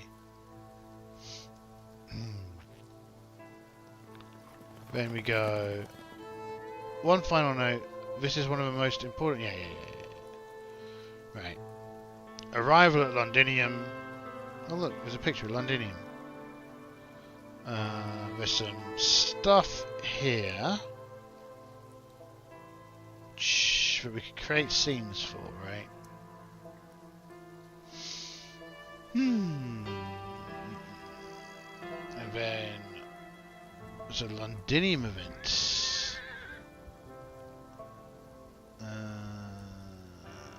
Okay, we'll have to have a little read and think about some of this to think about which solo engine we should bring to bear, how we're going to play it, how all that's going to work. So that's cool. Let's close all this, close that, close that. Because you don't want to just sit here and watch me reading stuff.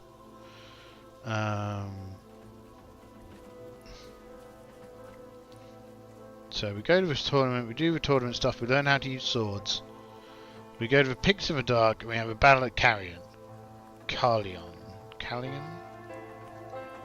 Yeah.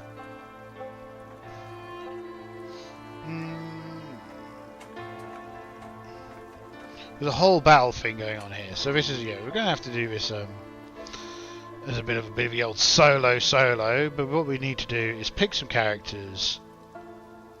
I kind of presume, I guess it's kind of like 2, maybe 3, depending on how his battles go.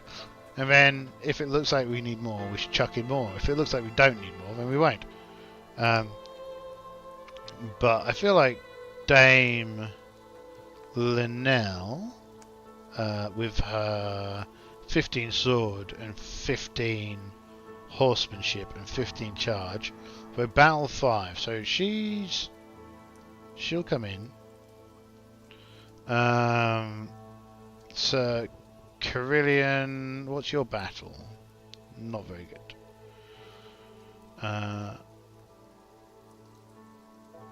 Sir Everain, what do you got? You're pretty good. You're pretty handy with most of the fighting stuff.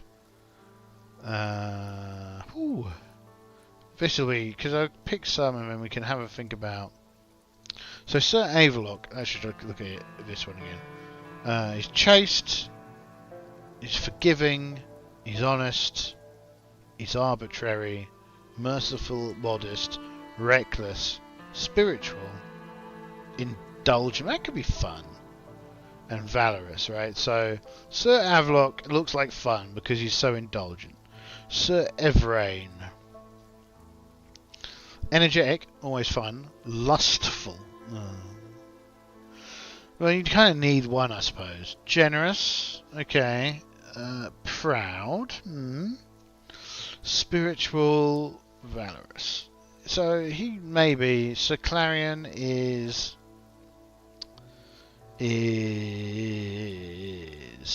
just, okay, very valorous.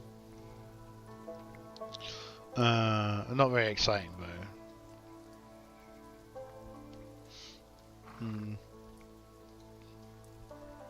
So Dame Tamura, bit better at battle. She is lustful, energetic, generous, proud, honest, reckless, spiritual, and very valorous. Heraldry. She's interesting. Cadwallon isn't really very interesting, I don't think. Cadwallon, chaste, forgiving, merciful, modest, again very valorous, temperate, trusting, 12 and 6. Pretty sure that's not how 20 works.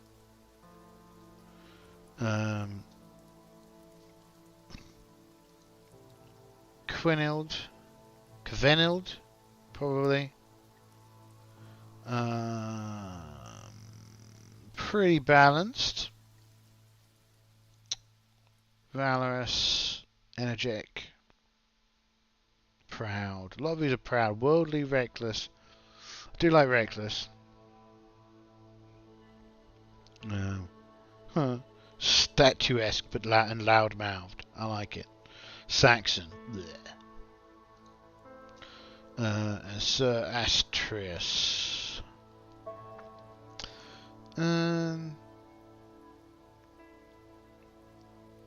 Greek from the homelands of Syria. That's interesting, eh? In fact, I'll pick this one just because of that. Come to us, Sir Astrius. Where did everyone else go? So, Sir Astrius, Dame Linnell, right? Wrong double click. Dame Linnell, she is, yeah. She's one of 15 for, yeah, okay. Dame Linnell and, was it Everain? The dirty, lusty man? It is Sir Everain. Did we want a fourth? Nah.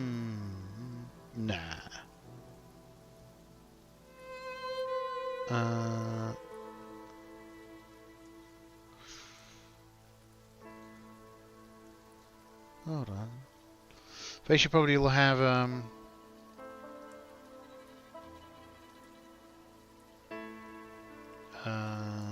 you'd have thought that double clicking on it would open up the character sheet, but it doesn't.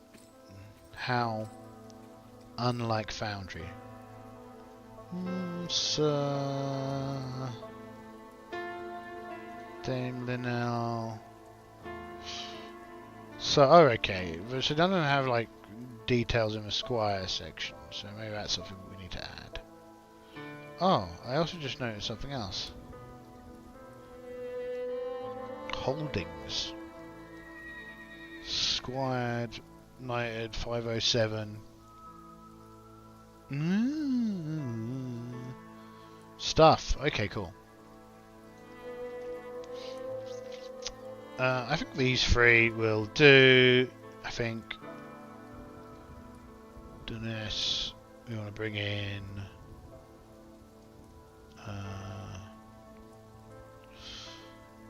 Unless we want to bring in Dame Tamura from Brittany as well. She's the one with 8. She's got an 8 in her battle as well. I don't know. Yeah, well, bring her in for now.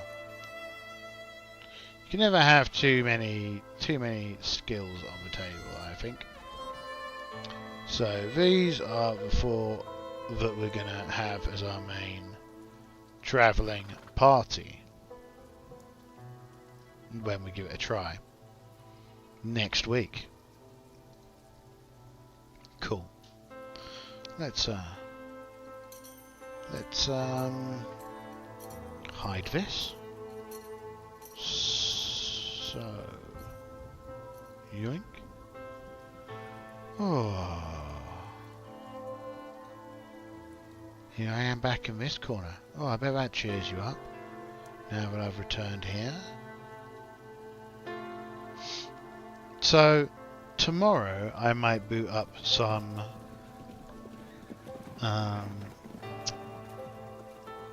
Dungeons and Dragons.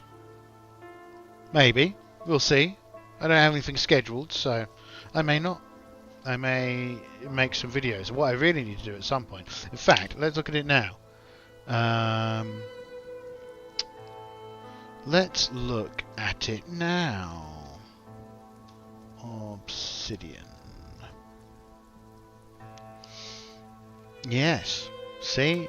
Last minute idea. This is what happens to my players all the time. Not the Lost City. The first Scuff venture. So, what we were thinking about in the first Scuff venture was visiting a lost shrine. The location is not certain. We only have a rough idea of where it is. Let's just open up. Let's open up this. I know the music stopped. That's terrible. Maybe we can do something about that. Wrong account. Switch the accounts. That account. What count? You'll never know. I tell you, never, never, ever, ever, ever, ever will you know.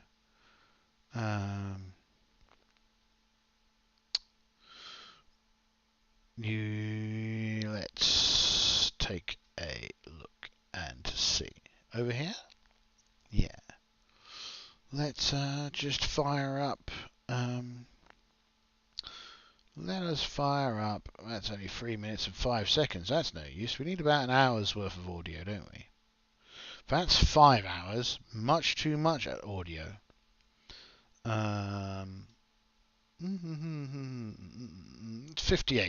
58 minutes.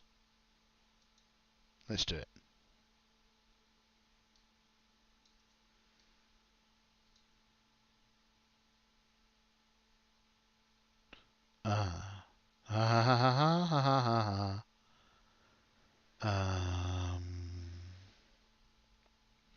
Right, yes, I remember.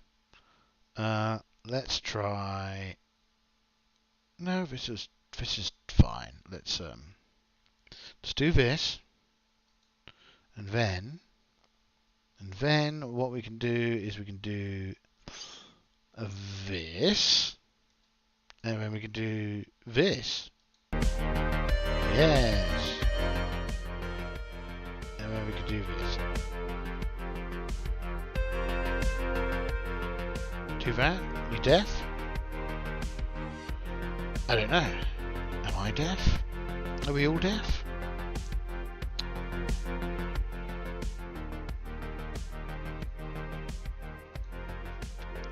I think we're good.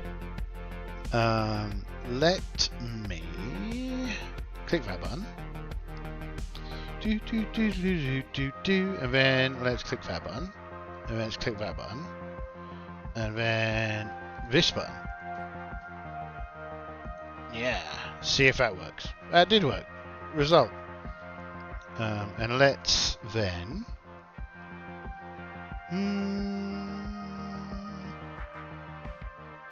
this one. That one. And then donk. Hey. So, if we start remembering what was going on over here, let's take a look at this. So, the main thing here is the adventure area, the random dungeon, the first level possible things, beasts, kobolds, troglodytes and orcs. So, what we're going to have is this first section over here on the right. Here is going to be the troglodyte area, right? So let's just put a marker on here so we remember troglodytes, right? Can we increase the opacity, the size once we've written it? We can. Let's make this, I don't know, 60 for now. Does that work? That works. It's a horrible font, but it'll do. Ooh, that's even more horrible fun. Just because right now we want legibility, he says, with it not becoming any more legible. Right, so we're going to put the troglodytes over there, and we're going to put this is the hermit entrance, but also if we go here and we go, this section of the map is going to be beasts, except it doesn't seem to like keeping settings. So that's cool. That's a nuisance. We'll remember that. Computer 60, and we will go beasts, beasts are over here. Right. Okay. So if we kind of roughly imagine.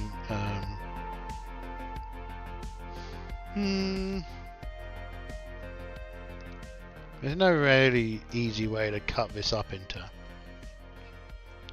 chunks. So let's not worry about it.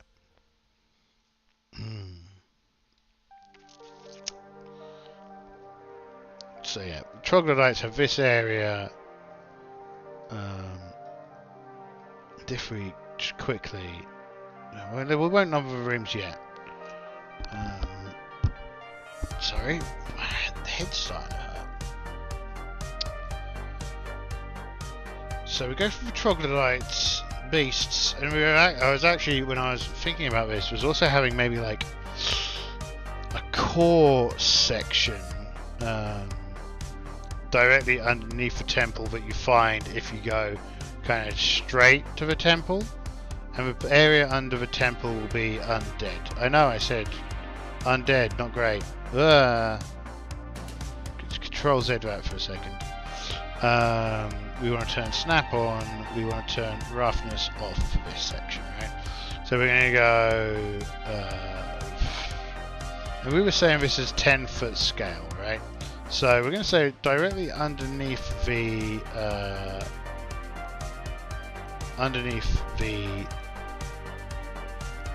temple is a big old room. I think there will then be a kind of corridor that goes off. It will have a number of small rooms. These will just be like individual tombs. of the wealthy people, like so, like so, like so, and like so. I think that there will be some storerooms over here,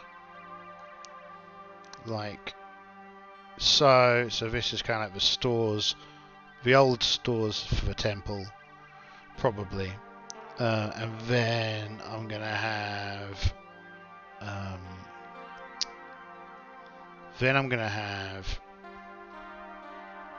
so stores, the individual tombs, the kind of general tomb area here. I think we're gonna have over here. What are we thinking about? I think tombs, and then probably a preparation area for the dead, and a small library here. And I think that might be it. Maybe no, we'll have a bigger tomb here for a slightly more important person, right? So there's another tomb here. Now, what's happened? Now that we can come back over here and go here and turn this on, right? Let's stick. So what I want is that the stores, sugar, control Z a second. What I want is that the stores have been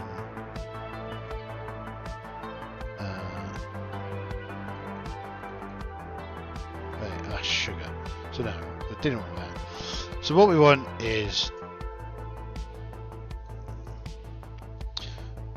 we need to turn snap off. Right. What we're gonna need is this. Right. So the stores have been broken into over time. Like so.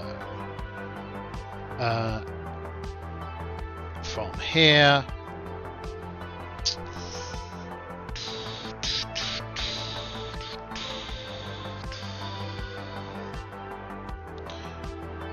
Really, we should have like another connection point. And we need probably need a room around here somewhere that has. This will be kind of like rubble around here. Can we do that already? If we go to images.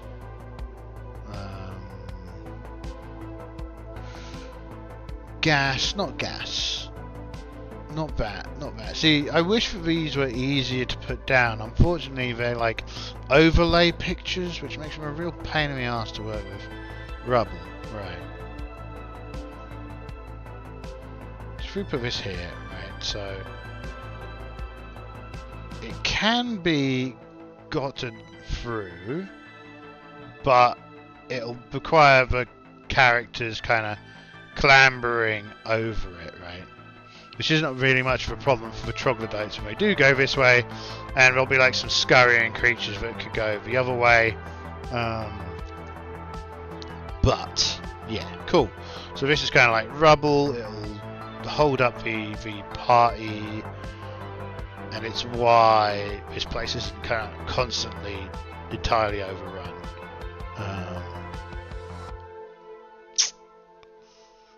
Now I'm left wondering. Yeah, I kind of feel like there needs to be something here to make this part of the map join up, right?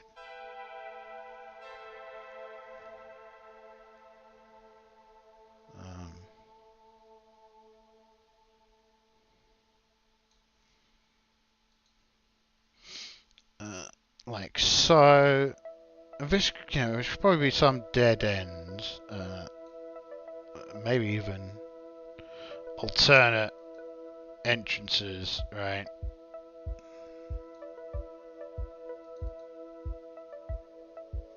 Like so. And it's like, again, this side is kind of caves, so it's not supposed to be very orderly. So if we go like this, right, the party might accidentally kind of double back on itself if you're playing it in a kind of traditional way.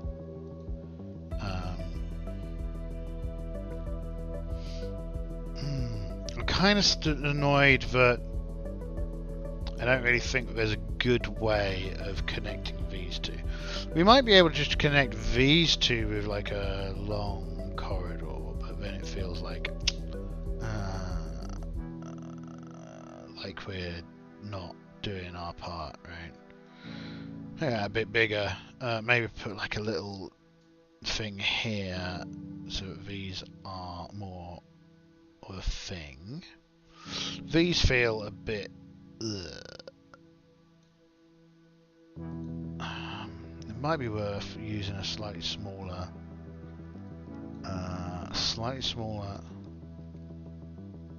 pen.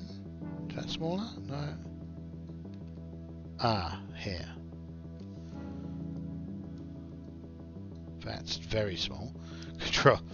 Let's get rid of that. 10. So if we went like this.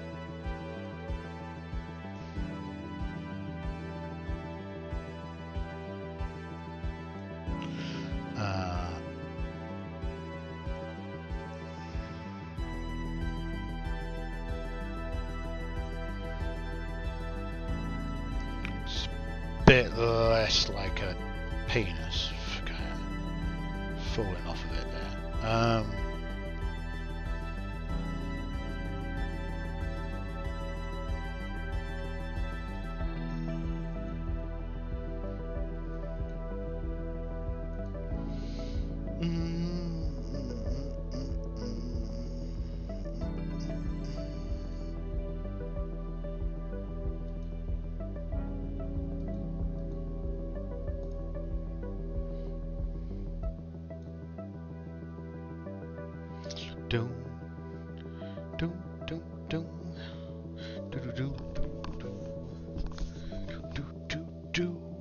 Anyway, troglodytes area. Now we've got several different groups of. Let's do the beasts next. So the beasts, again, not too much of a problem over here with beasts. Said there were going to be cave spiders in here, right? So let's. Ooh, wrong button.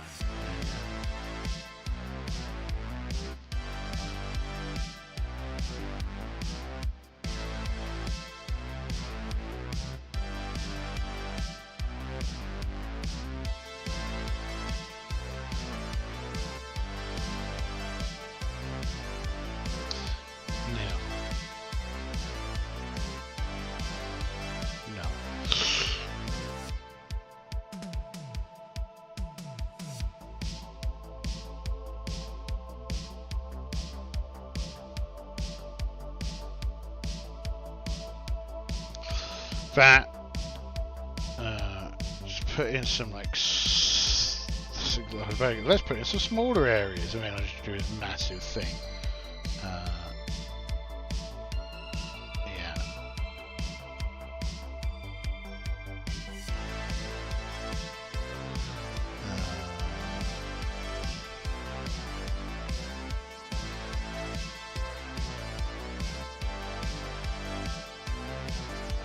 So I kind of want each area to be about 6 or 7 rooms, right? So 1, 2, 3, 4, 5, 6, 7, right?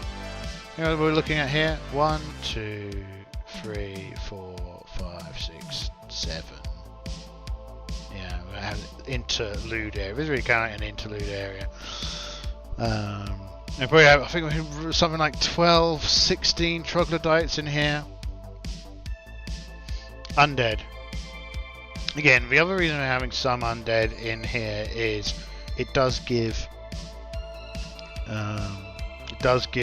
clerics something to use to turn undead on.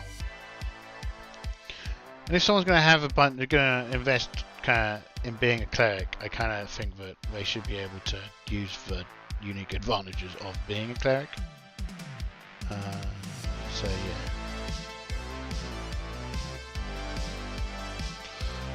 That's a thing.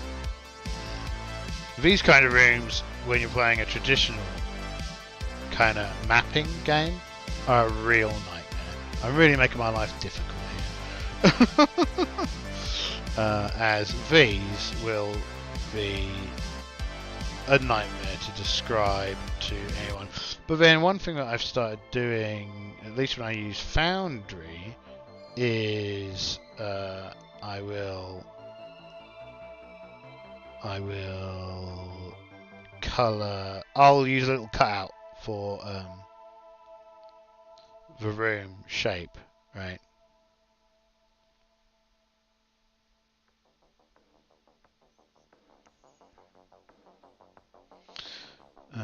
These are cool. Right.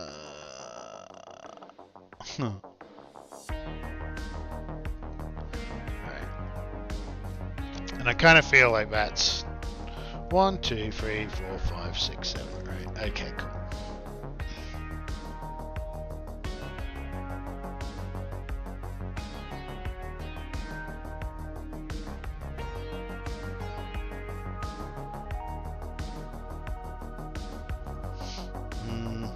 More.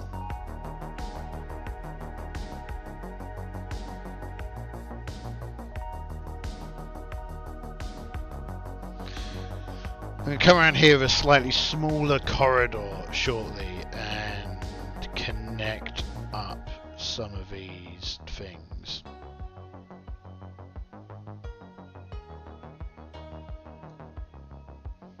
The small creature has decided to land on my monitor. I, as a slime, will consume that little thing. Yes.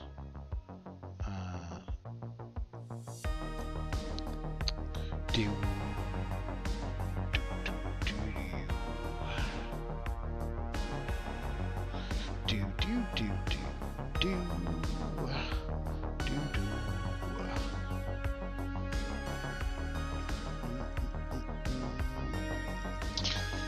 Yeah.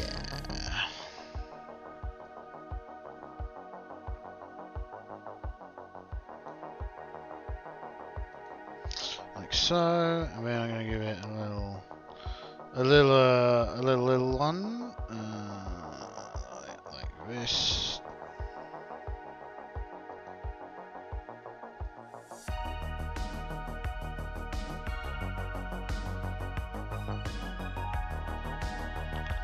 Like that.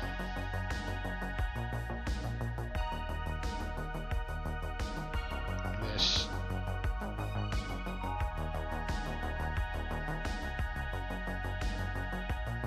Woo! Look at it go! Look at it go! Ooh, that looks good.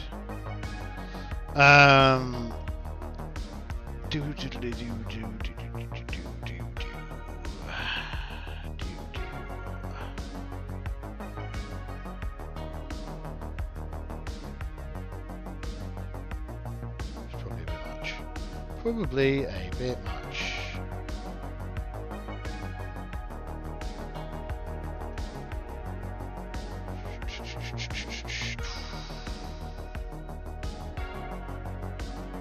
Geometry's got a few entrances into it. Might be worth turning this into like a layer of some sort. I'll have one out of the back. Here, route around into this.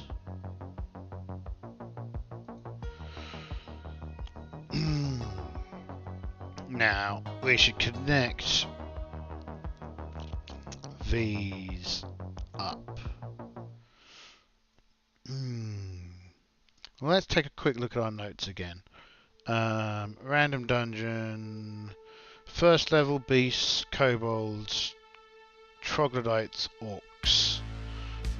Rumours, troglodytes, tricky kobolds, orcs, 2 tribes of orcs, and there's a dragon on a 3rd layer. So that means this is definitely going to be a 3-layer dungeon. Also, the reason we're here is to remove a curse that's affected the local leader.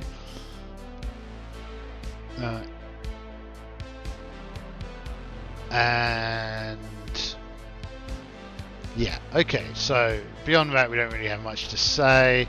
There's a whole thing about a good hermit and an evil sage, who everyone thinks the roles are reversed, right? So, with that, the question is where are... Well, maybe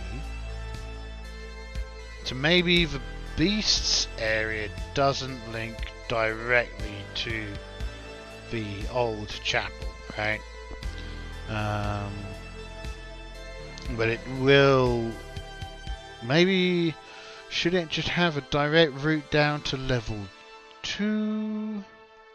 That'd make it pretty dangerous. It might have a direct route down to level 2 if...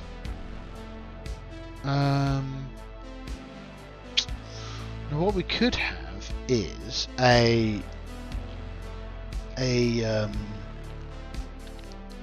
route to... Let's just draw something. Hold on. Let's not think too hard on it,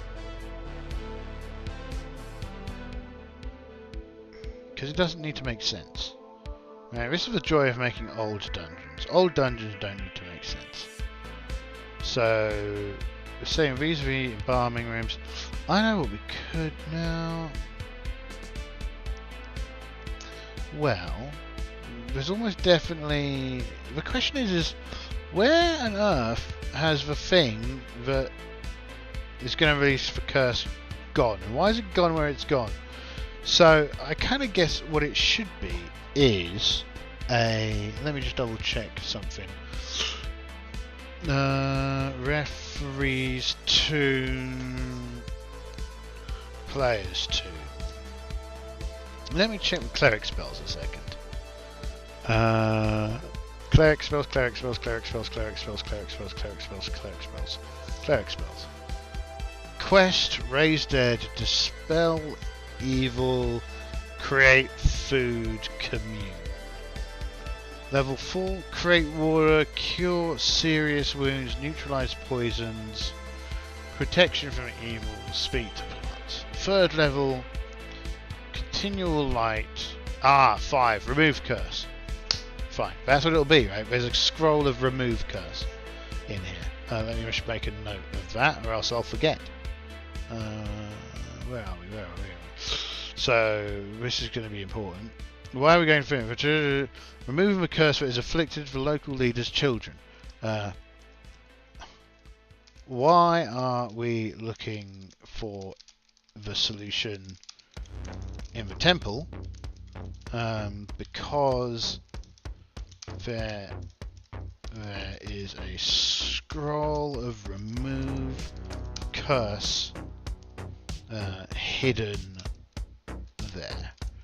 Right, now, why is for remove curse curse scroll not just in the temple? Right, so why has it gone from being hidden in the temple to being further down in the dungeon? That's the question there. Also, is there a time limit? I guess is a question we didn't ask last time, right?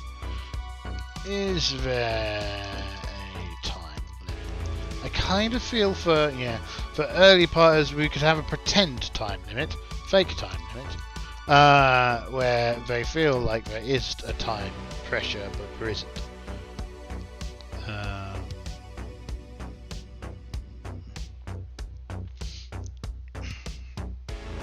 Yeah. So the idea there being that we're going to go to the temple. We're going to get the scroll from the temple, but the scroll isn't in the temple. The scroll is actually on the second or the third floor. It's on the second or third floor because the temple has been ransacked by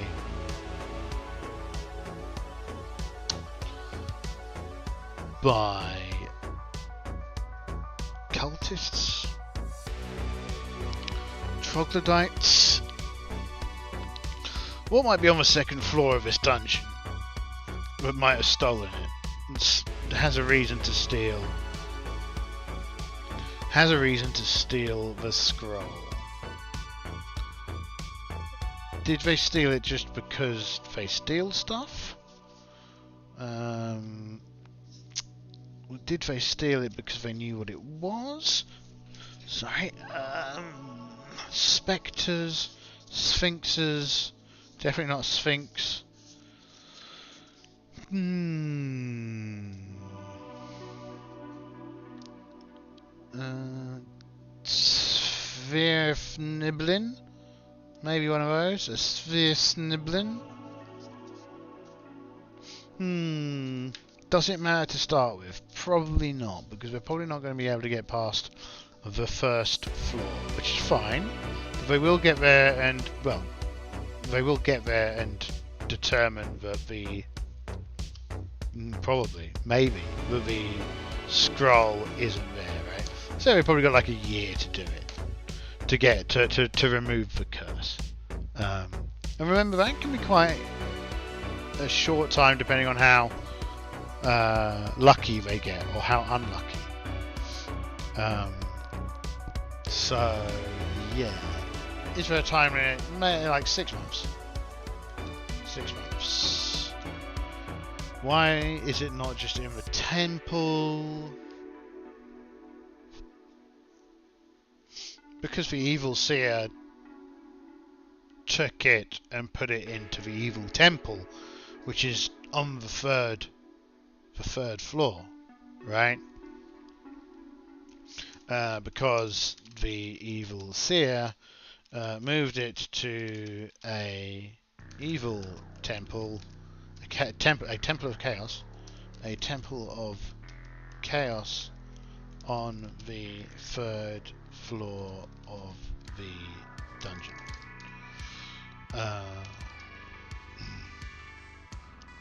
So there is a secret entrance that allows rapid transit from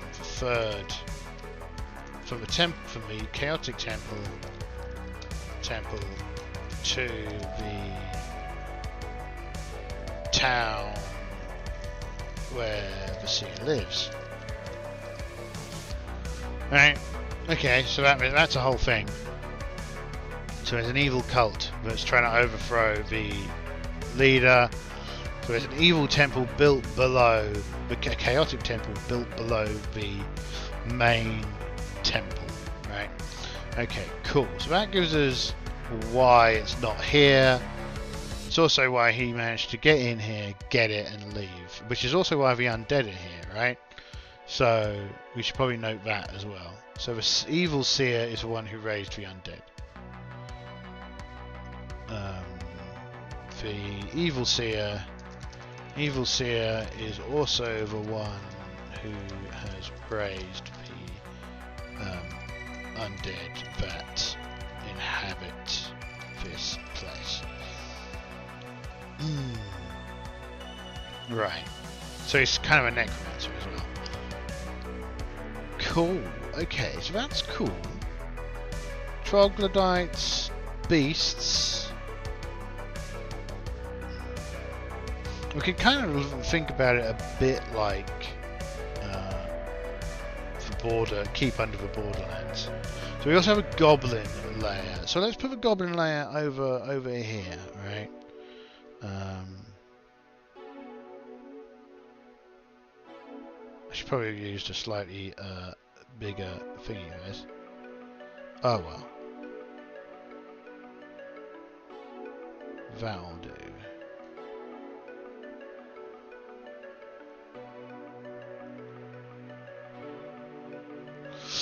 That'll do. Will that do? Will that do? Will that do? Will that do? Will that do? Will that do?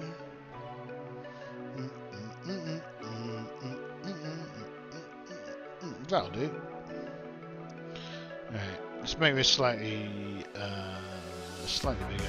It's probably easier to do some of these big rooms with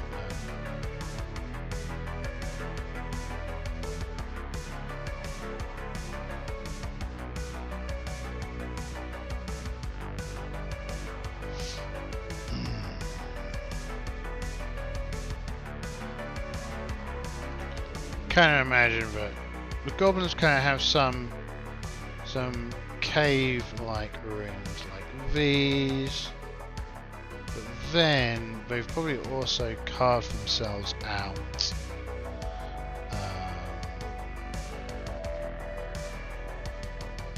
they've probably carved themselves out some actual rooms, right? So fiddlesticks. First off, yeah, they'll be kind of rough, right? Because they are only goblins, and we only have goblin-y tools. And we're doing these are 10-foot room. These are 10-foot squares, so like so. Not big on interior design, so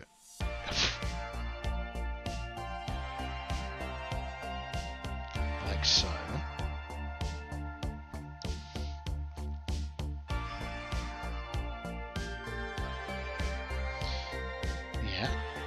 Yeah.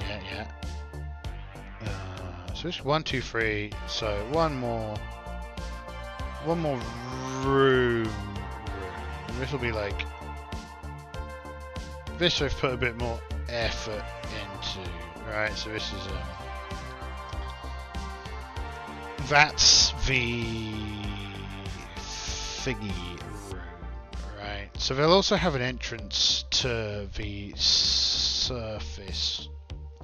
Will they? I think they'll probably they probably do have their own entrance into the surface, right? So this probably comes out in some woods or something via like some kind of hole. Probably around here somewhere.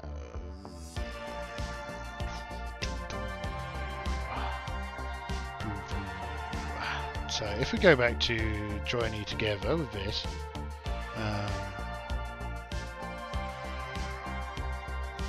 oh shit, return snap off.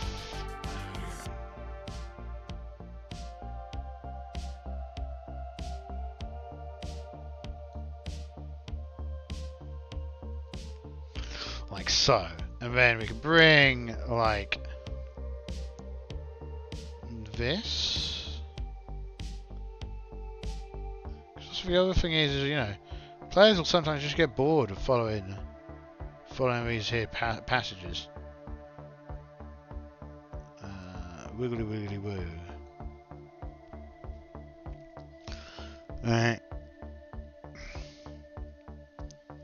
So they are connected, but we should probably put something. There's a reason that these folks aren't just constantly getting done by these troglodytes. Teleport. What do we think it is, people? What do we think it is? Trap. There it is.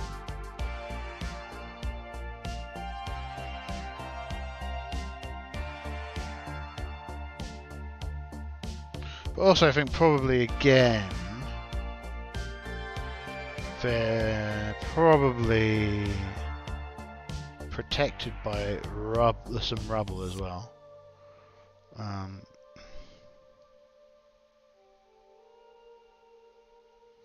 mean, maybe that's what the traps actually are, right? Maybe they're thingy-majigs. One thing that would be useful one day would be a import. I think there is an import or an exporter for Dungeon Scroll into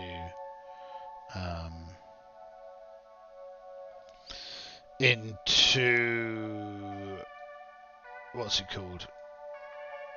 Into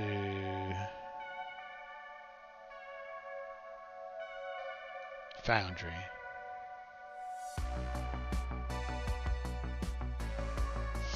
I think there is. That looks nice. Now I kind of feel that we're going to go like so. Actually, the tunnel that they've dug themselves is probably a bit smaller, right? Because you know we're only little guys, so we don't need as large a collection. And they've dug it themselves, so it is built with some level of security in mind, right? So they want to be able to keep themselves safe from any problems that may occur. Right, so what we've got is probably not that one. Secret door. Oh, ladders. That's useful to know. One-way secret door. Revolving door. There's just a secret door. I'm sure I must have passed it. Go back. Oh, there we go.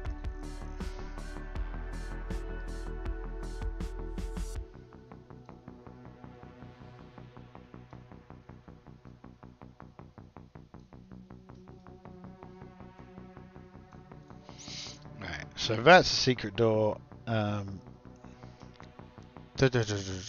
So I think there'll be a secret door, but then there'll also be a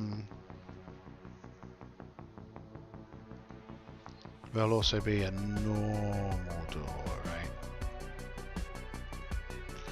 right? So if it's attacked and they're getting overwhelmed, the king can escape this way, or the goblins can escape this way, and I can put up a defense here, and we should probably then duplicate this secret door. Where be thou, secret door? Yeah.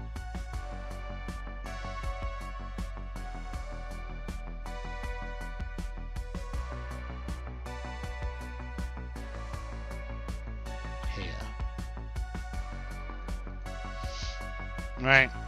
Cool. So that's dunk, dunk, dunk, dunk, dunk, like so.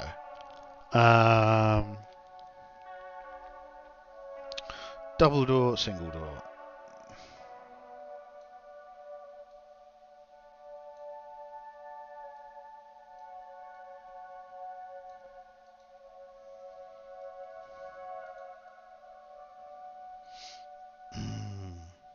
Listen here, door. There you go.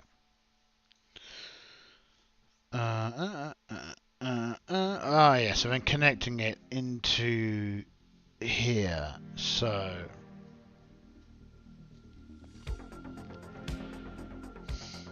the goblins, despite being very tricky, they can't dig too far, because at the end of the day they are still little dudes.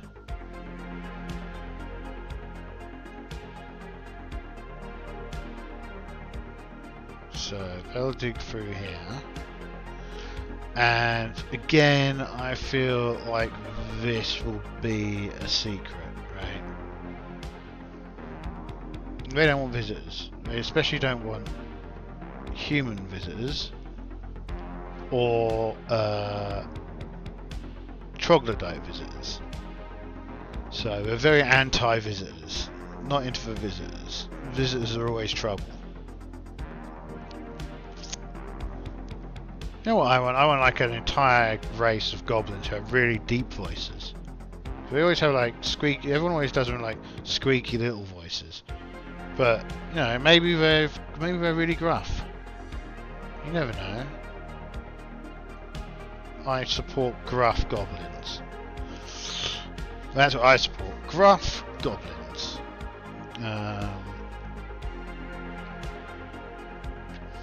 Okay, cool. So this is the goblin area. We should probably make a note of that.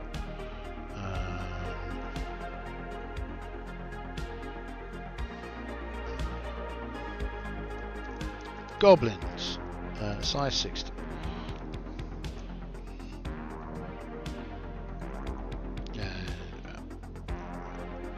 Saying that, I'll be frank, maybe this is a better font for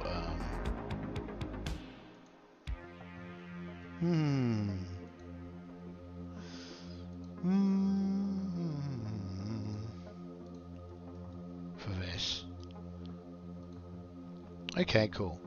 So this gives us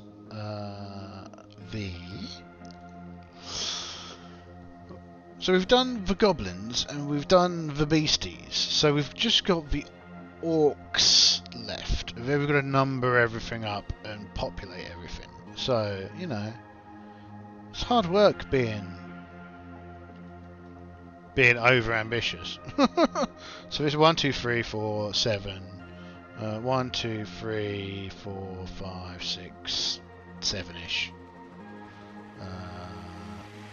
14. 1, 2, 3, 4, 5, 6, 7, 21. 1, 2, 3, 4, 5. And these are all kind of the same. 5. So 6, 7 will go. So okay, so that's 28 rooms so far. And there's 2 sets of orcs up here who are scrapping it out. And they can probably have... They've probably built out their area, kind of more like this little goblin-y bit of area down here. And they could probably have a connection into the troglodyte area that again is like kind of blocked off and protected, but troglodytes can get through, players could get through if they wanted to, if they were willing to dedicate some time, particularly if they cleared out the troglodytes first. So if they'd killed all the troglodytes and kind of had secured this area, then they'd be able to kind of campaign into these other areas. Similar as if they clear this out, but we've got to think about how. I think we'll probably connect this beast's area up this way and go around here. Right. Then we need to think about. We need to think about the downs, the various down points for the dungeon. You kind of want. I guess an arrow is really the thing that you're looking for what I'm thinking about here. So if you just had an arrow, you could use the arrow to indicate that this is where you go into the dungeon, right? Got anything here? These are quite nice. Ah, arrow. There you go.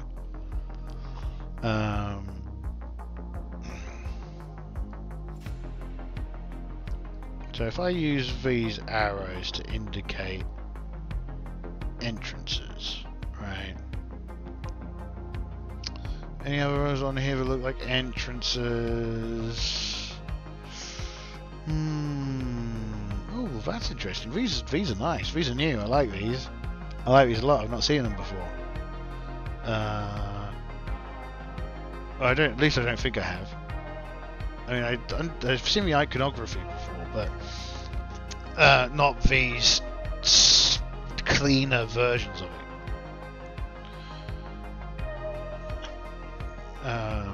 Okay, cool. Top bananas. Well, let's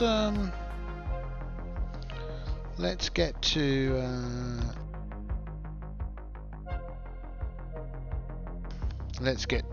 laying some of this down. Also, we're not vectors, which is kind of sad. You'd kind of. It'd be good if we had vectors for this. I think that's the right word. Anyway, copy. Let's take that. So these are the two, like, default entrances, right, that we know about. Oh, bugger. Oh, right. That's not very useful.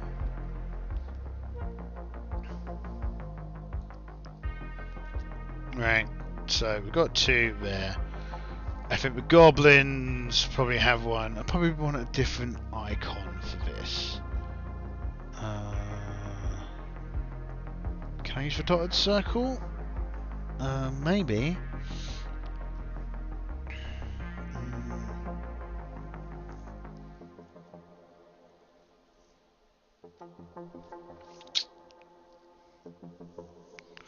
Anything else that might do what I'm thinking about? Let's have a look to see if we've got any more. Oh, there's a nice isometric ones. Actually, this might help. This would be another thing that I think that this needs is the ability to do just that, right? Having the ability to put numbers in a nice little circle into the map would be really, really handy. This will probably do, actually, now that I think about it.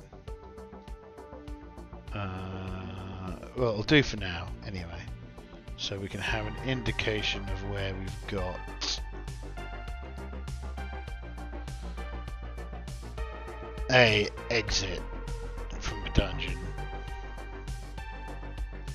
that isn't one of the initial ones.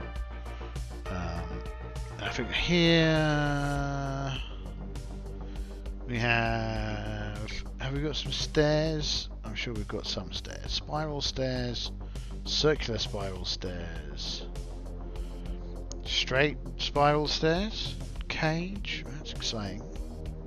Party times in the cage, everybody. Tables.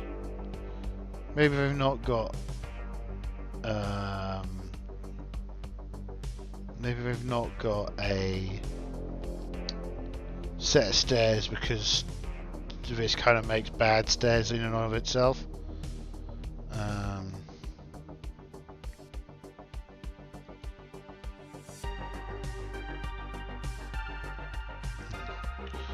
Like so, yeah. You see what I mean.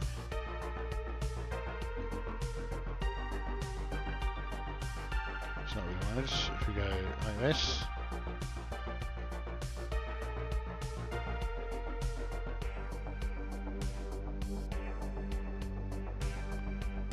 I can never remember which way you should do them, but anyway.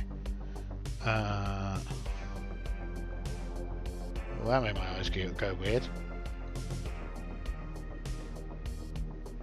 Straight line, please. No, that'd be easier if I do this on here.